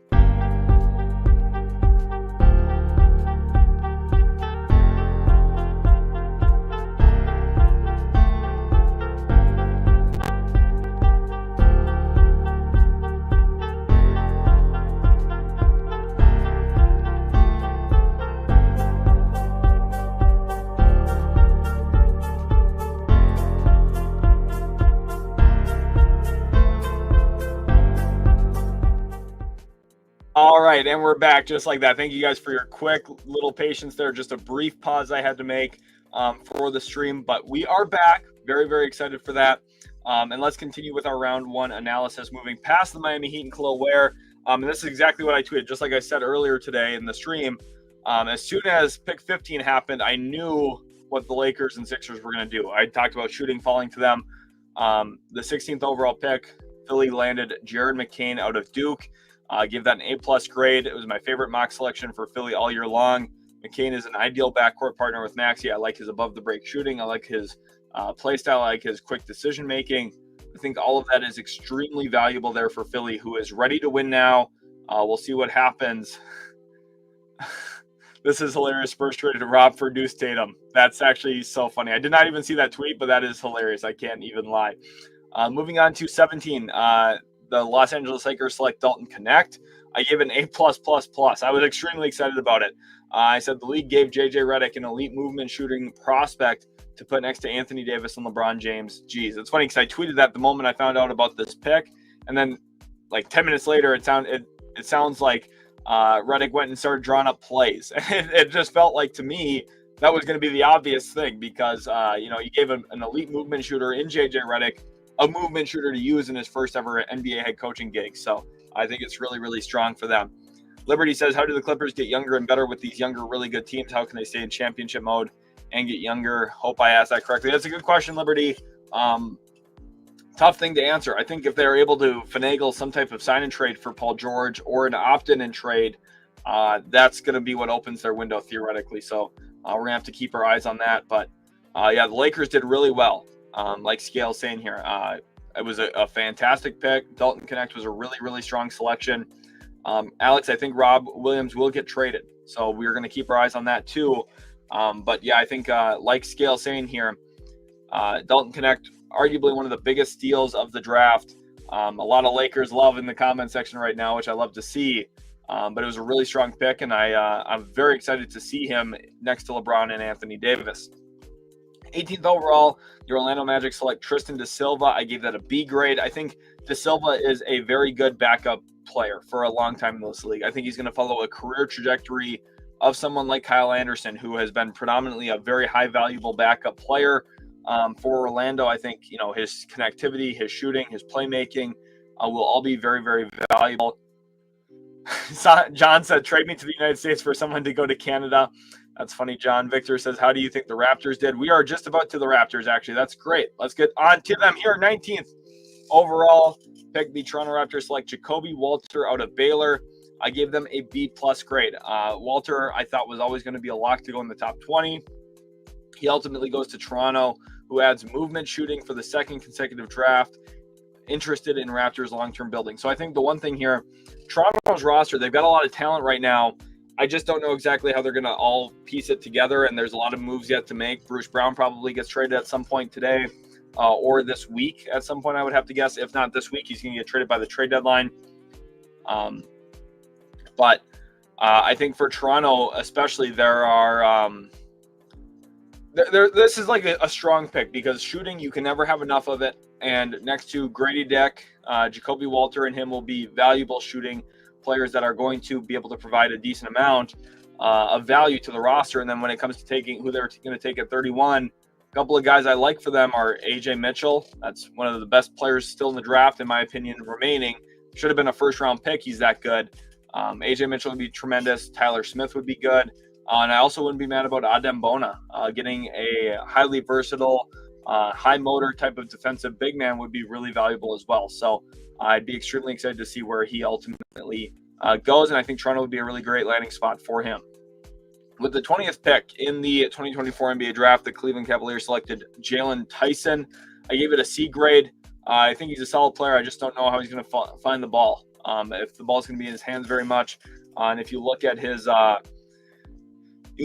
success at California, one of the biggest things for him was kind of the play design for him. He was coming off of a lot of pin downs. He's coming off of a lot of dribble handoffs. He's running off of chin action. A lot of different, functional sets created opportunities for Jalen Tyson to play an advantage frequently. For Cleveland, he's not going to be the guy that those plays are drawn up for. That's get drawn up for Donovan Mitchell. It's going to be drawn up for Darius Garland. It's going to be drawn up for, maybe even Jared Allen or Evan Mobley in certain capacities. Like, we'll see how Jalen Tyson plays. Like, I think his talent, he's very well-rounded. So this is kind of a gap filler for Cleveland. And maybe a C grade's a little harsh, but I didn't have him very high on my board because I'm concerned about his I'm concerned about his first step, and I'm concerned about just how he's going to score the ball consistently in the NBA. With the 21st pick in the 2024 NBA draft, the New Orleans Pelicans select Yves Missi. I give it an A grade. Elite rim-to-rim potential, athletic phenomenon, has a chance to be special defensively with a collection of awesome wing defenders around him. Part of the reason why I thought Zach Edey would have been such a good fit in New Orleans is the collection of great defenders already on the roster. Herb Jones, Trey Murphy III. They have a ton of length. Dyson Daniels is a very good defender. And they have a very good defensive team construct as well. They've been an elite defense without elite rim protection. Now they have the chance to have that here with Yves Missi. He's still extremely raw. I think he's going to need a runway to become the player he's capable of being. He's not going to be close to that player in year one of his NBA career. I think the game's going to feel really fast to him. I think he's going to struggle a bit year one. That's okay. I think the long-term upside, the long-term potential, and athletic traits with the motor, the recovery tools are all going to be very, very valuable for the Pelicans once they finally get the maximum effort, the maximum value out of Yves Missi in that selection. With the 22nd pick in the 2024 NBA draft, the Denver Nuggets trade up and select Daron Holmes II from Dayton. I had Holmes in the top 20 on my board. Getting him at 22, I thought was very, very strong for the Denver Nuggets. I gave them an A-plus grade. The Nuggets finally get a backup center, and it's one with a versatile offensive skill set. I really like his ability to screen, and then from there, be dynamic. I think his ability to either pop, so if teams are trying to blitz or if they're trying to play and drop coverage, you can beat that with Daron Holmes' ability to pop out to the perimeter. You can also beat teams that are trying to blitz or to hedge with his ability to short roll. You get him the ball in the pocket, he can catch it and go from there. He can finish as a roller after catching the ball around the nail and drive the basketball from that spot with his quickness and his coordination. I think that's one of the most important things about Daron Holmes II. He's extremely coordinated with the ball, catching the ball. And I know it doesn't sound like a lot. It doesn't sound super impressive for an NBA athlete to catch the basketball. But with how big, athletic, and quick some of these bodies are around them, He's just very, very coordinated and comfortable making some of those plays in tight spaces. And then he can also function as a long roller because he's athletic enough to put on some rim pressure. He's not going to be as good as Yves Missi or Adem Bona as a long roller, but he's way better as a short roller. And he also gives you post-up threat. He gives you a shooter. He's just really, really good pick for Denver. They go from not having any backup center play basically to having a ton of it. 23rd, the Milwaukee Bucks select AJ Johnson. I gave it a draft grade of a D. I just didn't love it. I didn't love it for them. I'm not high on AJ Johnson at all. He does not stand out to me as a player who's going to have a tremendous ceiling. And I think he's at a pretty low floor right now. I think there's a lot of growth that needs to happen for AJ Johnson to become a good player. And the issue here is Milwaukee's old. Milwaukee's got, their best players are in their 30s. Brook Lopez is well into his 30s. Chris Middleton's into his mid-30s. Damian Lillard's into his mid-30s. Those guys have all dealt with injuries. Giannis Antetokounmpo has been dealing with more and more injuries in the last couple of years. And unfortunately for Giannis, he's getting older. And they needed a win-now player. And they drafted a guy who I think is a couple of years away from being an impact guy, and AJ Johnson. I don't know. I just don't see him being a great impactful player in the NBA. And if he is, it's not going to be for a while. So I just don't love this from Milwaukee. And I don't think Doc Rivers is going to play him much in year one. The next traded pick, number 24, that ended up being for Washington. As you can tell, I started working on some video stuff here, so I stopped reacting at pick 25 or so. But 24 ended up being Keyshawn George. I like that for the Wizards quite a bit. 25 ended up being Paco Mdadier. I think why D and not F? Okay, so this is a good question. Let's go back to this really quick. I think not F because it's again, I said this earlier too. You might not have been in here yet, Bjorkley, which is a great question. I don't like to give F grades. I've only ever given one F grade, and it was for the Killian Hayes selection for the Detroit Pistons. I think Fs are really reserved for hey, this was a no-brainer. They should have done that. They got it wrong. Milwaukee, for me, yes, they should have drafted AJ Mitchell, I think, but I knew they wouldn't take AJ Mitchell. So the fact that that's just kind of the reality of the situation, it's not like Milwaukee had this obvious, oh, they should have done this. For Detroit, when they took Killian Hayes, I said they should have taken Tyrese Halliburton. I felt like that was obvious. They didn't take Halliburton. They chose Killian Hayes. That received an F grade to me. I gave him a D here because I do think that even though there were other options I would have definitely preferred, it wasn't like there was this no-brainer option. Baylor Shireman would have been a pretty no-brainer option. But even then, I didn't expect Milwaukee to take that, and it doesn't solve some of their problems. They needed athleticism. They needed defensive athleticism. They needed defensive prowess. AJ Johnson at least has some athleticism. He has some of those athletic traits that could get him into the rotation in a few years. I don't think he's ready, which is why they got a D grade. That's a great question, Bjorkley, and hopefully that answered your question pretty well there. So at pick number 24, the Wizards traded up, got Keyshawn George. I think that's a pretty solid pick. Probably would have given it a B, B+. And then 25, Paco Mdadier for the Knicks. I'd probably give a B grade. I think one of the nice things for the Knicks is they don't need Dadier to play minutes next year. They're so good. They're so deep. The Knicks are probably going to win the second most games in the NBA next season, only behind the Boston Celtics. The two best teams in the league, you could argue, are Boston and New York with their top 8 rotations. I think this year we saw, Denver is vulnerable to Minnesota. Minnesota is vulnerable to Dallas. I mean, Minnesota could even be vulnerable to Denver. The West is a bloodbath, and I think the Knicks and Celtics sit easily at the top of the Eastern Conference because of how well their teams are built, and also the parity in the conference is just a little bit different, obviously, too. I just think ultimately Dadier, it's a solid pick because you can wait and be patient with his development. At pick number 26, pick number 26 was Dylan Jones. I'd probably give that a C+ grade. I had Dylan Jones down my board a bit. So even though I think the talent's there, I think his upside is prominent. I'm also not sure exactly how he's going to function or fit in OKC. And giving up 5 second-round picks to move up for him is kind of dramatic. I'm not going to lie. That's a lot to give up. Wolves drafting Terrence Shannon Jr. at 27, I think is a B grade. I could see him either hitting really, really well or being out of the league in 5 years, which I know isn't really great analysis because obviously those are some of the outcomes. But it's just it really comes down to, do you believe he's going to be able to score the ball consistently and efficiently well enough in the NBA to be relied upon to do so a bit. And for me, I'm a little skeptical of that, but I understand the people who do believe in him. At 28, the Phoenix Suns drafted Ryan Dunn. I think that's a B- grade. Phoenix, one thing that they really badly needed, and this was so evident in their first round playoff series against Minnesota, they didn't have a single good defender. They needed one really badly. They got the best one in the draft, you could argue, in Ryan Dunn. Now, offensively, there's a lot of limitations. There's a ton of flaws, but he's talented defensively, and offensively, he's extremely athletic too. So Phoenix needed athleticism. They needed defensive talent. They got it. B-, B grade. Teams aren't going to guard him. That's going to be a problem. But Phoenix had a lot of issues, so I don't want to just, one pick wasn't going to solve all their flaws anyways. They addressed one of their biggest ones with the Ryan Dunn selection, even with some of his shortcomings. 29, the Utah Jazz select Isaiah Collier. I'd give that an A or an A- grade. Collier, a player I'm not super high on, but I had him in the 20s on my board. I think his draft range was appropriate. Going in the end of the first round was about where I thought he should go. Honestly, he's a solid player. He can create advantage. He's got a tremendous first step. He can pass out of driving kicks. That's very valuable. The issue, though, is he's very reliant on below the rim finishing. The shot diet doesn't really suggest stardom.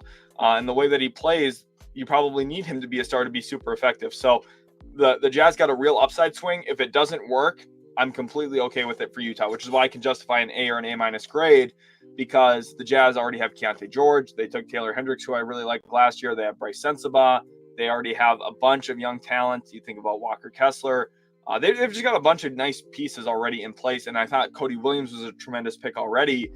If Isaiah Collier busts and flops and doesn't stick in the league, which I think there's a decent chance happens, that is okay. That is perfectly fine for them. But if he hits, then it's like a home run pick. Oh my gosh. So I think like a boom or bust selection there at 29 for Utah did make a good deal of sense, especially since they have pick 32 as well. Like they could just come back in and draft like a pretty safe player at 32 and feel really good about themselves moving forward that way as well. And then at 30, at pick 30 was Boston taking Baylor Scheierman, which was the steal of the draft in my eyes. Let's get this up on the screen. I was very not happy. I'm happy because I love Baylor Scheierman, and I think Boston's going to be tremendous with him. But I think Baylor Scheierman's going to be the steal of the draft, and this is what I said in my Snapchat group with some of my buddies. I said we're in a simulation, and Brad Stevens is playing my GM. He's got CPU difficulty set to easy. Bro does whatever he wants. I really just think I really just think Brad Stevens doesn't make mistakes. He has yet to make like a terrible move as a GM. He is just great. Everything he does is based in logic, very sensible. Every decision he make, I think, is incredible and smart. So a lot of credit to Brad Stevens. I think his decision making, his ideas, and the way that he's able to build a roster makes a lot of sense. He drafts players. He adds players who fit his coach. Last year, it was getting Kristaps Porzingis with Joe Mazzulla. As soon as they got Porzingis, I said the Boston Celtics would win the NBA championship because they finally had a stretch big man, and Mazzulla wanted to shoot a ton of threes. They became so dynamic, so unstoppable offensively. They shot the most threes in the league. They rained in threes all postseason long.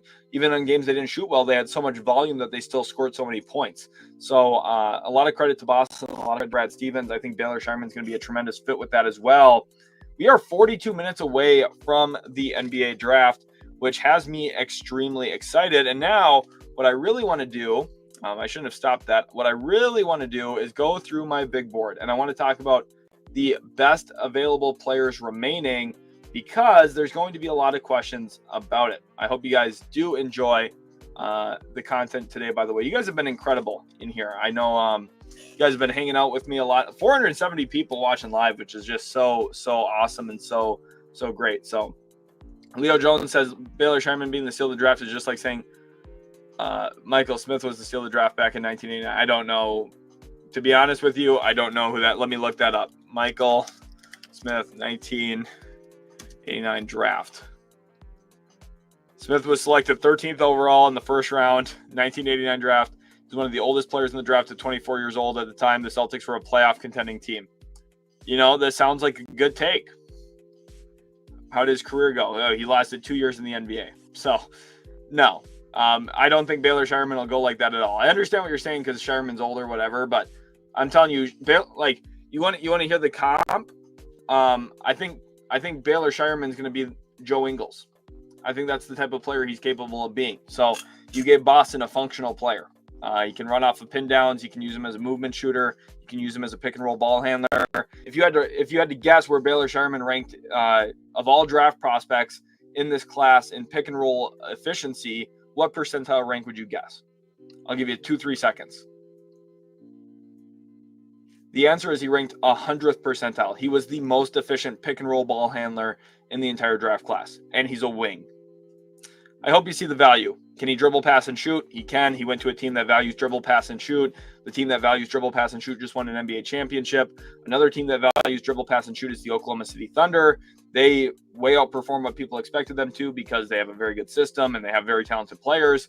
Like, Baylor Scheierman's talented. He's going to fit tremendously well. He's not the most athletic. He's not going to throw down poster dunks or anything crazy like that. And I get it, he's older, but he's polished. He steps into a team that could use him in their rotation on day one.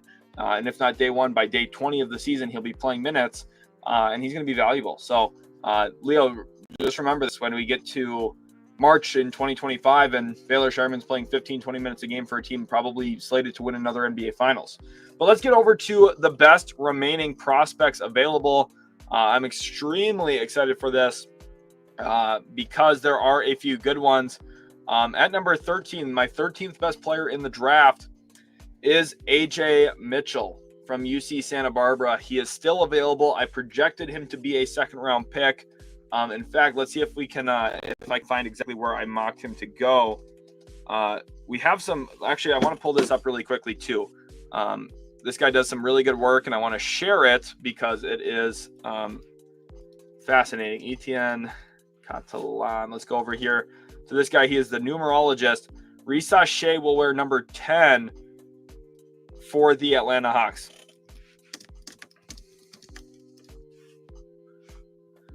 I'm not gonna lie, that is trippy. Jalen Tyson's wearing number 24 for the Cavs. De Silva's wearing 23 for the Magic. Carter's wearing 22 for the Kings. Stephon Castle's wearing number 5 for the Spurs. That one looks very good as well. Kel'el Ware's wearing number 7 for Miami. And that's some of the big news so far for jersey numbers. Very, very excited about that. But let's get back over to my big board now. I just wanted to show that Zaccharie Risacher was wearing number 10. So I think AJ Mitchell, I had him 13th on my board. I believe in the dribble, pass, shoot. I believe in the talent. Will Mark Tatum say LeBron James Jr. or Bronny James? I think he will say Bronny if I had to guess. I think he will say Bronny. But we'll see. You never know. York, I'm glad you've been able to be in here and watch live. It's been a lot of fun.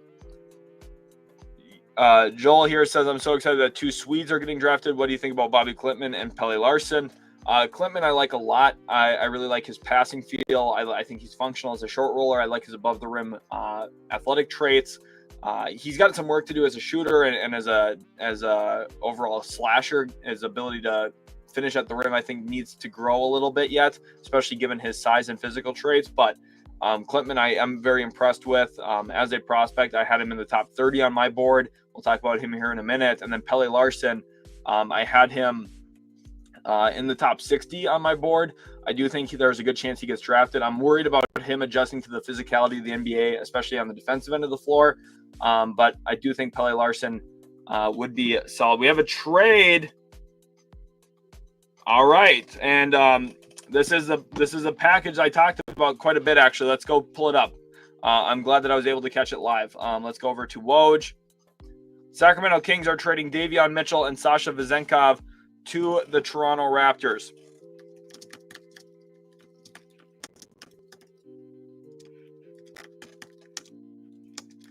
I've been talking about Mitchell plus Vezenkov.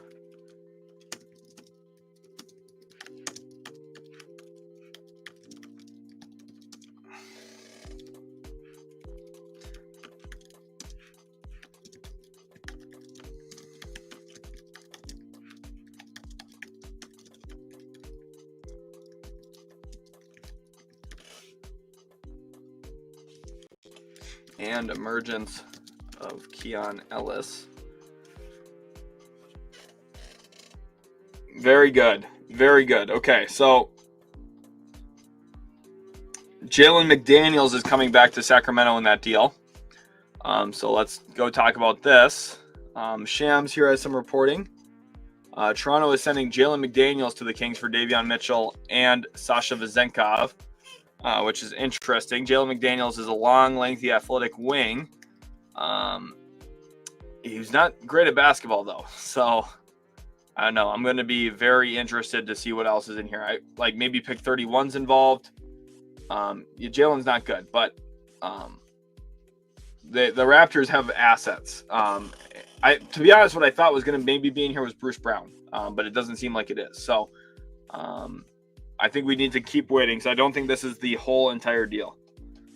If it is, I'm not in love with it for the Kings. Other than a money dump, which I don't love. I just can't see that being the full package. Let's go back over to Woj. If that's the full package. So, yeah, Woj says the Raptors are sending Jalen McDaniels to the Kings in the deal. Sources tell ESPN. I'm still going to wait because I think there should be something else in this. Like, that's what I'm saying. Mark's saying, what are the Kings doing? I don't know, unless this is just a like roster spot salary dump. But, yeah, I thought Bruce Brown was going to be in it. If this is somehow the deal, it's a salary dump with move to being already done, not reported yet. But that's, like, possible, too. So, let's I'm going to have Fanspo pulled up on the side here. You guys probably won't be able to see. I'm going to keep Twitter open for you guys.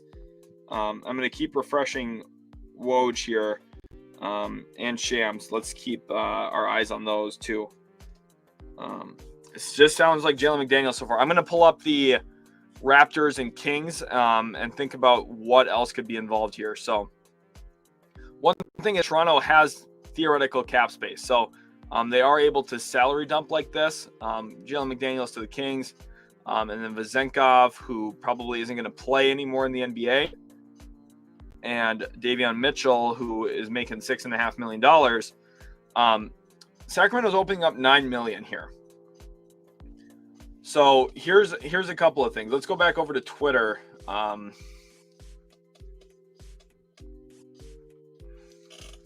Thought dump before we know if this is the final deal. Opens up a roughly $9 million trade exception, making this deal could be theoretically used to bring in somebody. Think 3-team trade.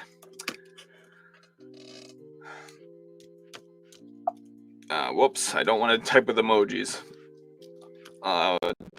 Otherwise, if I could type, I'm terrible at typing on stream. Otherwise, maybe some draft capital back to Sac.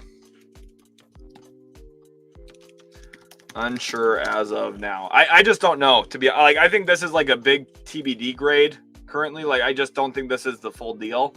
And if it is the full deal, then that means there's some other deal that's going to happen. I like Tristan Newton, Mamba. I think Tristan Newton's going to be a solid player. Raptors do really well in this. Let me tweet about this.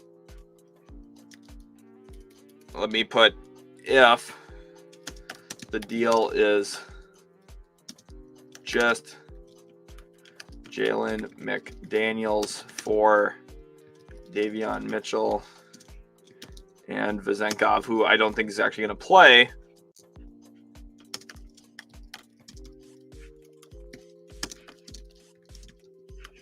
That's a really good trade for the Raptors, if that's the deal. If that's the deal. Again, that's a big if right now. But I don't really know what to expect. Make sure you guys are following over on Twitter, by the way. Link is in the description for that. Vezenkov's not bad. I don't think Vezenkov's a terrible player, but he's just like it sounds like he's going to go back overseas. It doesn't sound like he's going to stay in the NBA. So maybe playing for Darko in Toronto, maybe he will stay. But we will see. That's an interesting thing. Talking about Davion Mitchell's potential here, he's going to be 26 in September. So he's not like this young prospect. He kind of is what he is, but I think he's a solid player. Like I think he's like a rotational guard. Chris says, do you think Spurs getting those 2 firsts for Dilly going to be packaged for player closer picks? No, I think they're going to keep those far out picks and wait on them. Saul Jakin says Sasha plays 0 defense. Yeah, like that's the, but he's a skilled offensive player. So it's, and the one thing is, and I'm sure, Solid Jakin, you would acknowledge this too, is like Sacramento wasn't the team where you can hide a non-defensive power forward as well. Like, because there's not a lot of like, Sacramento is kind of thin on rim protection. They're kind of thin on point of attack defenders to begin with. Obviously, getting Devin Carr last night helped that quite a bit. But yeah, it's like Vezenkov's not a good player, but he's not like I think Vezenkov could be like an NBA like deep end role player is what I'm trying to say. But yeah, I think the Raptors walk out really, really well with this. Mostly just centered around Davion Mitchell. Dylan here says thoughts on the Knicks' first day decisions with Tidjane moving out of the draft with other picks. And hopes to save salary to offer Harden the max. Do you think that will come to fruition? I think the Knicks had a very good day.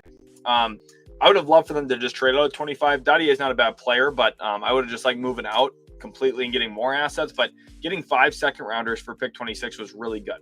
Honestly, really, really good. Dooman says, what trades do you see the Wizards making?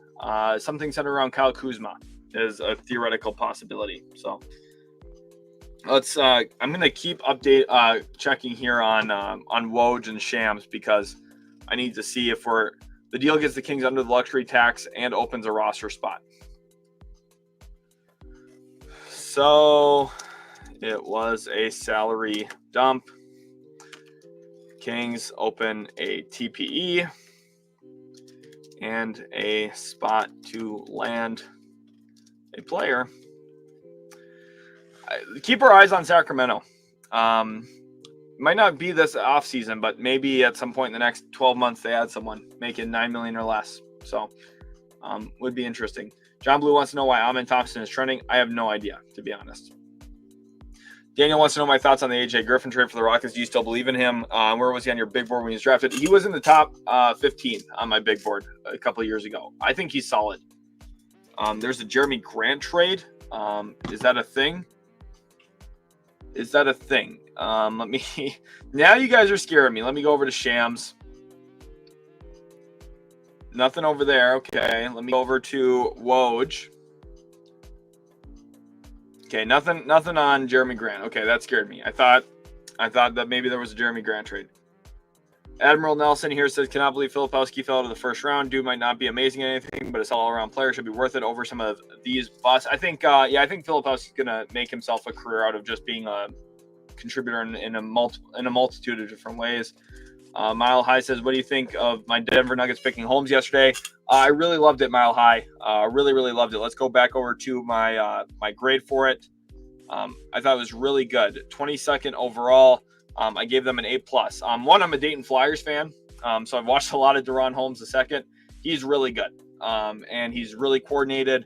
He's super functional. You can use him as a very good – he's just going to be screen and roll, screen and pop, screen and dive, transition, post-up, seal, like just does a lot of small things really well. He's not going to have all-star potential. He's not going to blow people away. He's never going to be a 20-point-per-game scorer, but he's just going to play the right way and average 8 to 12 points a game pretty consistently, I think. And it doesn't sound like a lot, but it's very, very valuable. What position will Ron Holland play for the Pistons? He'll play wing. He's a wing. I don't know. Nate says, sorry if I missed this. What's the best fit for the Jazz at 32? Tyler Smith, Filipowski. Filipowski will probably be the pick. In fact, I'm going to tweet that right now.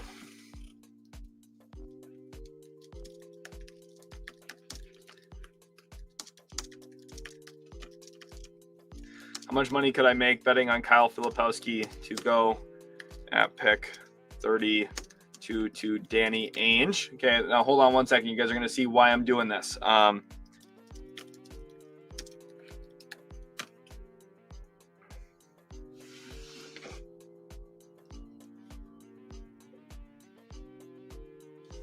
This is gonna be funny. I just need hold on 1 second. I'm getting it right now. I was grabbing an image. Okay, here we go. Oh man, too good.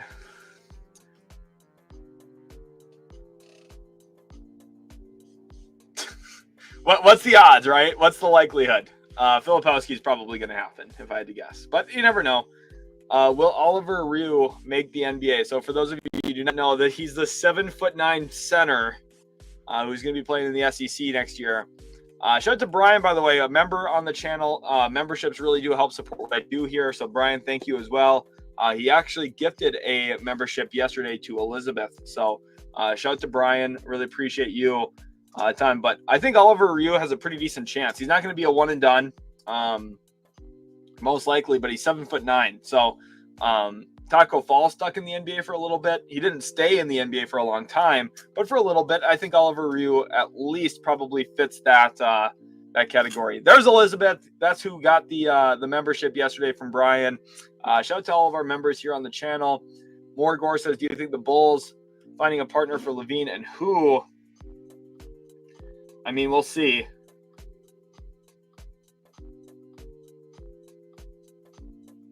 And they're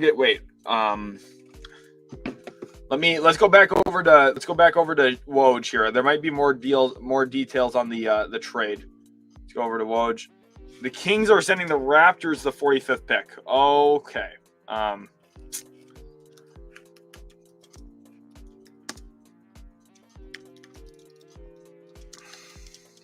Understand why Sacramento is doing this.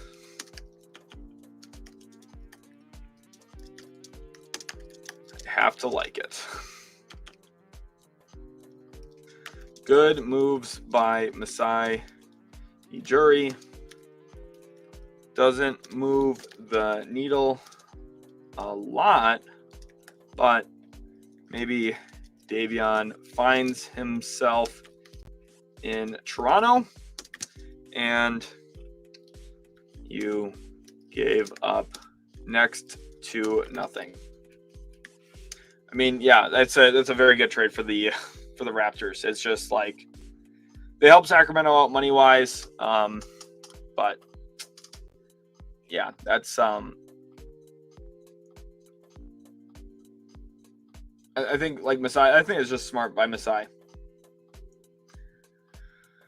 Brian wants to know, do you think the trading of pick 8 to stockpiling, what do I think of it? I would have just wanted to keep Dillingham, but yeah, Raptors got 45th pick. Yeah, I know Davion Mitchell's not that good, but he's also someone who I think would thrive with the ball in his hands a little bit more. I think Toronto can give him that opportunity, and he can defend. So it's not like I'm saying Davion Mitchell's going to ascend to an all-star or anything, but maybe he can become a reliable backup point guard. Okay, so this is like a no-risk trade here for Toronto and only benefit. And for Sacramento, I understand why they're doing it, but it doesn't mean I love it. Zeals here says, do you prefer a hypothetical lineup with Chet at the 4 with Hartenstein at the 5 or OKC rolls with the same starting 5? I think everything OKC needs to do is gearing themselves towards making teams guard Chet Holmgren with their centers. Having a center would ruin OKC because Chet Holmgren will not be effective against power forwards offensively. Go watch Kristaps Porzingis in Dallas when he was playing next to Dwight Powell. Go watch Kristaps Porzingis in Boston when he was not playing with a center.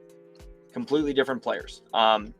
And it's because of the functionality of the pick and pop, pick and roll game, and the dynamism with that type of ability to pop against bigs, but also roll against bigs. It keeps defenses off, kind of on their toes a little bit more, except for when Porzingis was a 4 in Dallas. And think back to some of those Clippers series where the Clippers would switch everything ball screen wise. You have Marcus Morris guarding Luka. You have Kawhi Leonard guarding Porzingis. You bring Porzingis up to the screen, it's just a switch. Then Morris is now guarding Porzingis. Kawhi was guarding Luka. Didn't really give the Mavericks any advantage. And that was one of the biggest flaws with Dallas is they didn't attack Zubats with Porzingis being the screener. They instead failed to do so and had their shortcomings that way. Yeah, McDaniels is not good. Jalen McDaniels is not good. He's long, athletic, but he's not good. Brett Van Vliet, I love that nickname, or that name, by the way. He says the Spurs obviously wanted Tidjane and were thrown off when he was taken, in my opinion. There's probably a decent chance that they just were not planning on taking Dillingham to be a point guard. I think they are evaluating Castle to be a point guard. So Chris Harrison says Mitchell will be the McDaniels type next season, just with a bigger contract. Jacob Scott says KB also couldn't even post up guards back then in Dallas. But yeah, well, I think part of the issue with that too, Jacob.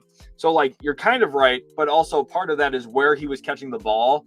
Like, and a big reason for that is Dallas with Dwight Powell. Like if you're trying to feed Porzingis a post up, Dwight Powell sitting in the opposite dunker spot, which doesn't provide as much spacing. And it also, Porzingis didn't do a good job fighting for his spots, but with the way Dallas was aligned offensively, then he was in a position where he wasn't going to be able to get close to the basket or closer to the basket to be successful there. And I think with Boston, one of the beautiful things is they space the floor so well, and they have so many shooters around him that it's really difficult to double in on him. He can take his time in the post because there's so much floor spacing for him to operate. He can face up, turn over to the basket, and it's the same types of shots he was taking in Dallas. I just think the spacing construct is better now for him. So I understand some of the frustration with Porzingis because he was very thin and obviously not very strong. His base needed more muscle, but it was also a year or two after he tore his ACL. So I think Dallas just was not patient enough with Porzingis, honestly. Alex wants to know my thoughts on the AJ Griffin trade. I did talk about it, but I don't have any problem rehashing it quickly. I like that pick a lot for the our trade for the Houston Rockets, and I understand a salary dump there for Atlanta quite a bit. Shout out to my sister, by the way, bringing me a Starbucks for my stream. Look at that. Very, very nice of her. She hit me up big time with the Starbucks, so that makes me happy. Alexander says, I'm still so upset we traded Dillingham yesterday. Totally understand that. I'm sure a lot of Spurs fans are disappointed.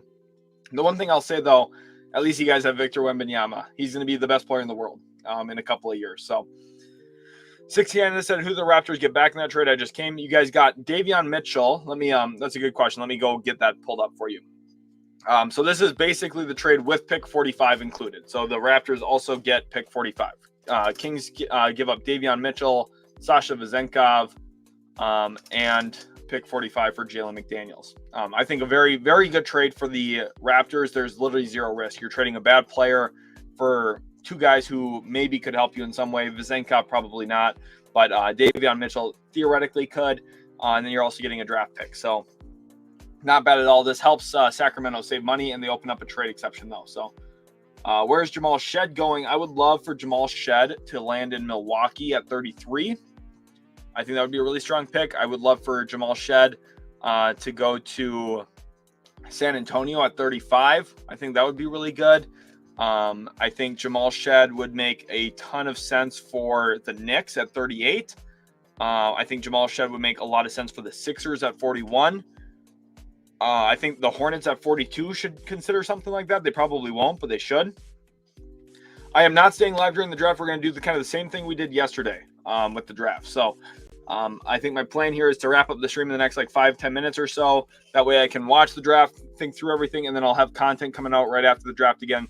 Maybe even we'll go live after the draft to talk through some of my thoughts on it. So, but yeah, that's my plan is not to stay live during the draft again today, just like I did yesterday, so I can really dial in and focus on the picks being made. John here says OKC with Caruso instead of Giddey is even smaller. Rebounding matchups in the playoffs will be difficult. I think they need a stretch four. So one thing I'll say, one, I agree with you. A stretch four, Lauri Markkanen is what they need. If they got Lauri Markkanen, they'd probably win the title. Or at least be right there with Boston and New York as real contenders. And Denver, OKC getting Lauri Markkanen would be unbelievable as long as they didn't give up any of their top young core. If you trade, a player or two that aren't in your immediate top 4 or 5 players, and then 5 first-round picks, yeah, it's a lot to give up, but they can afford to do so. That would be incredible. Probably going to use those picks to get team's not going to trade out of Cooper Flag. If a team gets the first pick, they're not trading out. It's not going to be like this draft. Ty wants to know how I would feel about Cam Christie to the Spurs. I like Christie's game. He's a golden gopher, shoots the ball well, nice dribble pull up. There's something to work with there. Jakin says, sorry, the Kings need Lowry. The Kings getting Lowry would be tremendous. He would Lowry. Here's the thing. Point blank, Lauri Markkanen is really good at basketball. He would be really good wherever he goes because over 80% of his buckets come off of assists. He's very translatable into any type of system. And one thing, Utah didn't even have a lot of playmaking. if you get him around playmaking, oh my goodness. Can you imagine if like Denver or Sacramento had him with Sabonis or Jokic? Like, oh my goodness. Ryan says, I wish the Celtics got Daron Holmes, honestly. He would have been awesome. Don't get me wrong, but I think Baylor Shireman's really good. I think you're going to be really happy with Shireman. I will not be streaming the actual draft. That is not legal. I cannot do that. BST Live says Celtics should draft Bronny and force LA to give them Jackson Hayes in return. Here's a hot take. 3 years from now, Bronny James is going to be better than Jackson Hayes. Jackson Hayes is not good. Brisket says, with the Raps getting a buy low on Mitchell, who do we take at 31 now? Does your opinion change? Also, who should we grab at 45? Johnny Furphy's an option at 31. Johnny Furphy is an option. Let's see. Who else would at 45? I mean, like there's a few different options I like for you guys, obviously. Adem Bona is who I think the Raptors should take at 31, to be honest. I would take Adem Bona. Or AJ Mitchell. I know they just got Davion, but I think AJ Mitchell will be better than Davion, so I would still do it. I'm just a big believer in AJ Mitchell. So, but I think Adem Bona, he finished 21 on my board. I would really, really like to see him there in Toronto for sure. Reminder: Eric Gordon opted out of his contract. Shed is going to be a steal. I think so too. Daniel says, do you think Bronny's a lock to go 55th or to go undrafted? I think he's going to go 55th, but maybe before that. Justin Edwards is going to be good too. Utah could be an interesting spot at 32 if they don't take Kyle Filipowski, which we've already talked about. Av says, when does the draft start? In 14 minutes. No one says, do you think Nick's New York roster will be a finals contender? Yes, very much so.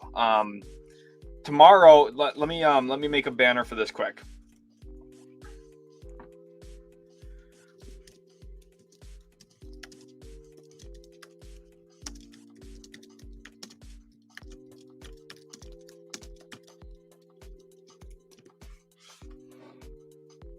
So let me put this up on screen. My way too early 2025 NBA mock draft is coming out tomorrow. If you want to know where I feel about certain teams right now, that video will help kind of give a slight indication of who I think is going to be really good next year and who I don't think will be as good next year. But it will mostly talk about prospects and introductory to the 2025 NBA draft class. I basically have that mock ready to go. I am going to make some tweaks to it depending on how the second round goes today, if some teams address some of their biggest needs, etc.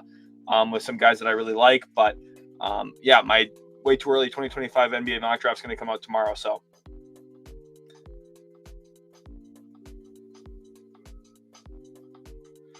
basketball guy shares this. I mean, the off the court stuff is just ridiculous.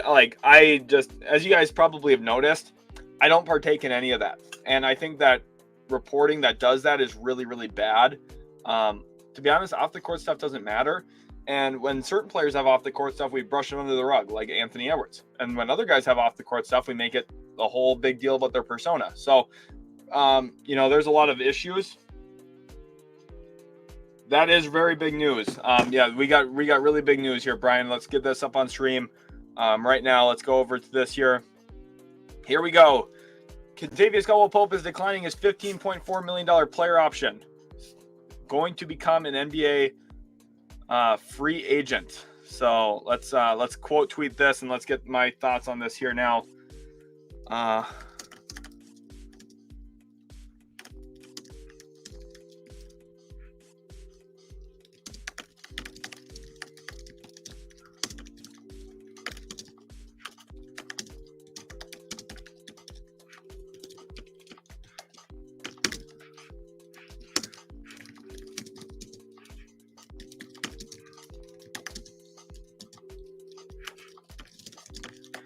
This is going to be very, very valuable around the league.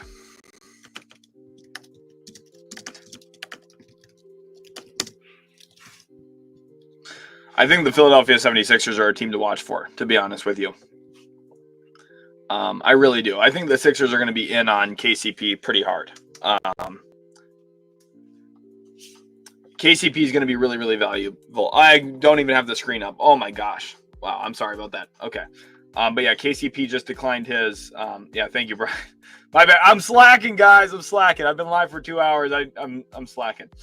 Zay wants to know the point of the Kings trade. Kings get under the luxury tax. They save a bunch of money. And they also open a trade exception, which means they could at some point trade for someone who makes more money back. Jamal here says, I hope the Wizards could get Common Mach or Nolan Traore. Of course, Flagger Bailey as well. I think you'll like, Jamal, I think you're going to like how the mock goes tomorrow. I think you're going to like how the mock goes. I'm not going to spoil which one of those 4 guys, but I think you're going to like how the mock goes for the Wizards tomorrow. So, Jamal, I need to see your comment first thing in the morning when that video comes out.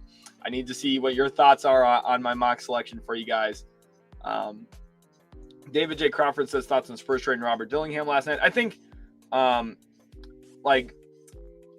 here's the thing. I don't think saving a roster spot smart. I don't even think it's smart to say, to bank on the Wolves falling apart because Anthony Edwards is 22. Jaden McDaniels is still extremely young. Naz Reid is 24 years old, I believe. Nickeil Alexander-Walker's under 25, maybe under 26. He might have just turned 25. The team is extremely young, and now you gave him Rob Dillingham too, who, so you think 2030, 2031, that's 6 years from now, 5-6 years from now, it's going to be very, very cheap. Also, yeah, wow, we have a huge extension. Let's go talk about that. Holy cow. Let's go back over to Shams. Shams is breaking all the news right now. Let's see if let me refresh this here.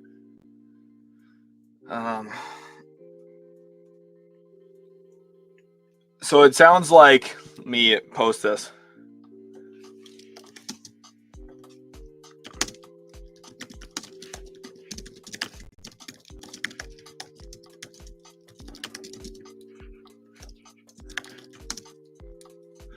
$209 million extension.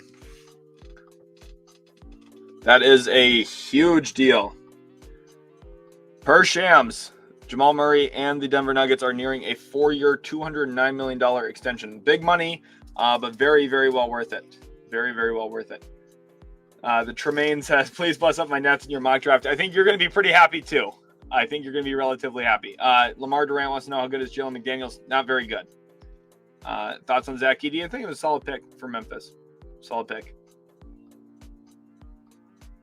As an Italian, I have a lot of faith in Sarr. That boy I think Sarr is going to be really good, man.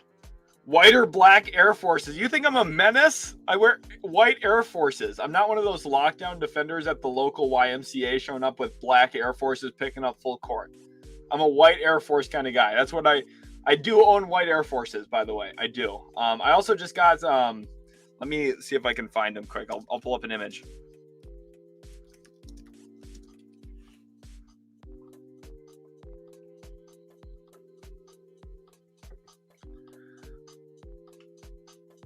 I just bought these. I don't know why it looks so grainy, but let me share my screen here. This is what I literally it was just my birthday. My mom had me help me pick out a shoe that I wanted. We went to the mall and she was helping me look for stuff I liked, and I landed on this shoe right here. So I just copped these. They're I don't even remember what they're called, but they're I thought they were very nice. So oh, it's right before the KCP post. Okay, I'll go back. I mean, Murray was dealing with an injury. OKC to pick 40 per. Okay, yeah, per Jake Fisher. Okay, let's Okay, we got to stop looking at shoes. I got to get some of these things up here quick. We're gonna end the stream here in just a couple of minutes, guys. But there's some news that I do have to cover. So let's go over to Jake Fisher from Yahoo, who sometimes isn't always right. He does have a lot of stuff at times that isn't correct. But Jake Fisher says, hearing OKC has a deal in place to swap this number 52 pick recently acquired from Golden State for Lindy Waters with Portland for the number 40 pick. So interesting.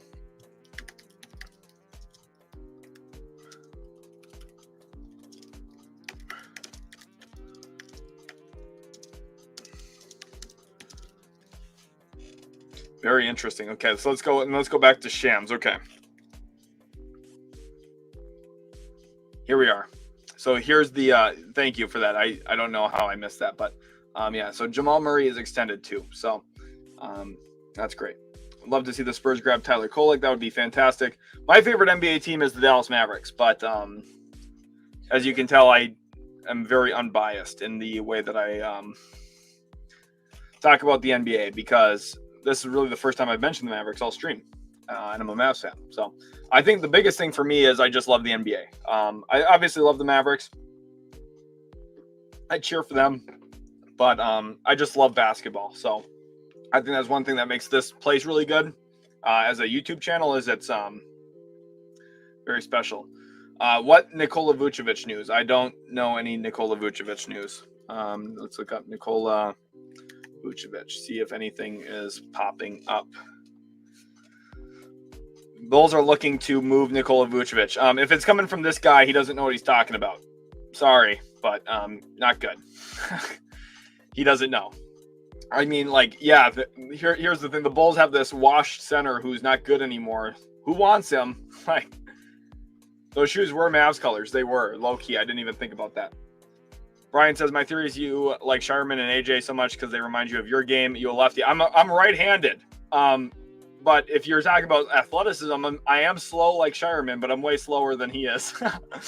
Sheldon, did the Heat make the right pick and Ware? I think Kel'el is good, Mark. I think it was a solid pick. I give it an A- grade. So there's maybe a couple of other guys I would have liked a little bit more, but I can't be mad about Kel'el. It's a solid pickup for sure. Brian, this is funny though.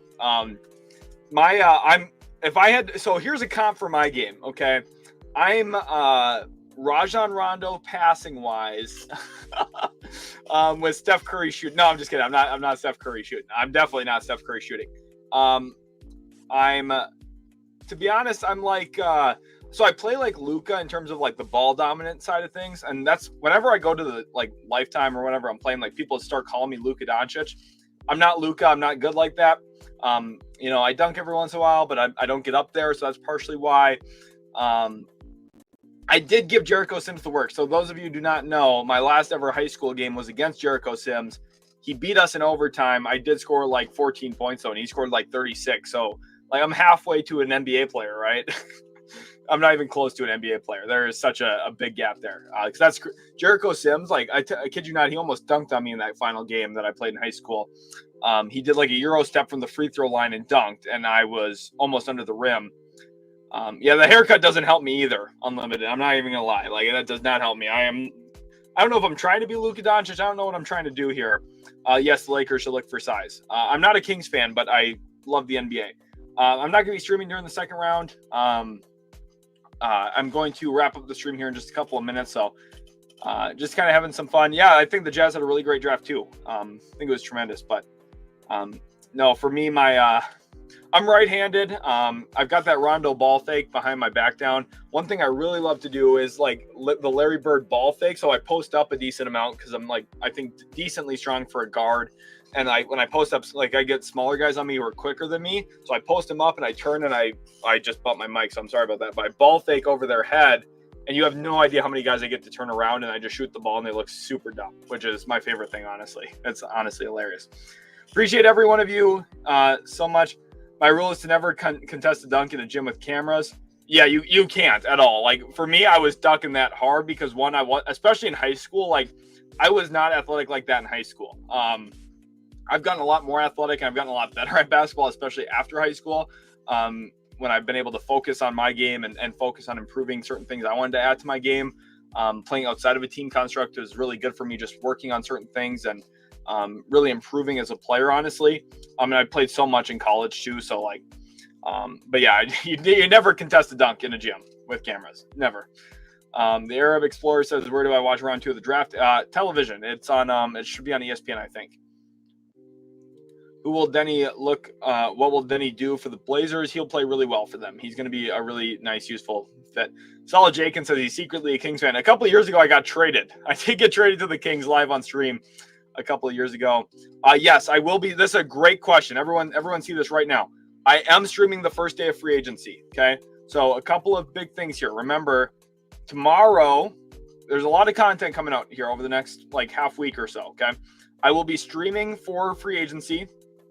Probably both days, the first and second day. I will be posting my way too early mock draft tomorrow for 2025. Please come check that video out too.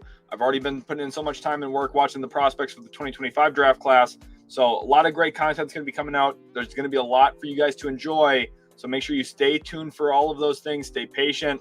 Look for my content. I really do appreciate you guys. I'm going to go run upstairs now, try and watch the NBA draft. I'm so excited for day 2. Manifest it right now. Comment who you want your team to pick today in round 2. For the Mavs, I'm hoping for Judah Mintz. He'd be fun. We'll see. But really appreciate you guys. Thank you all so much for watching today. Really, really appreciate each and every one of you. Let's have a good day 2 of the NBA draft.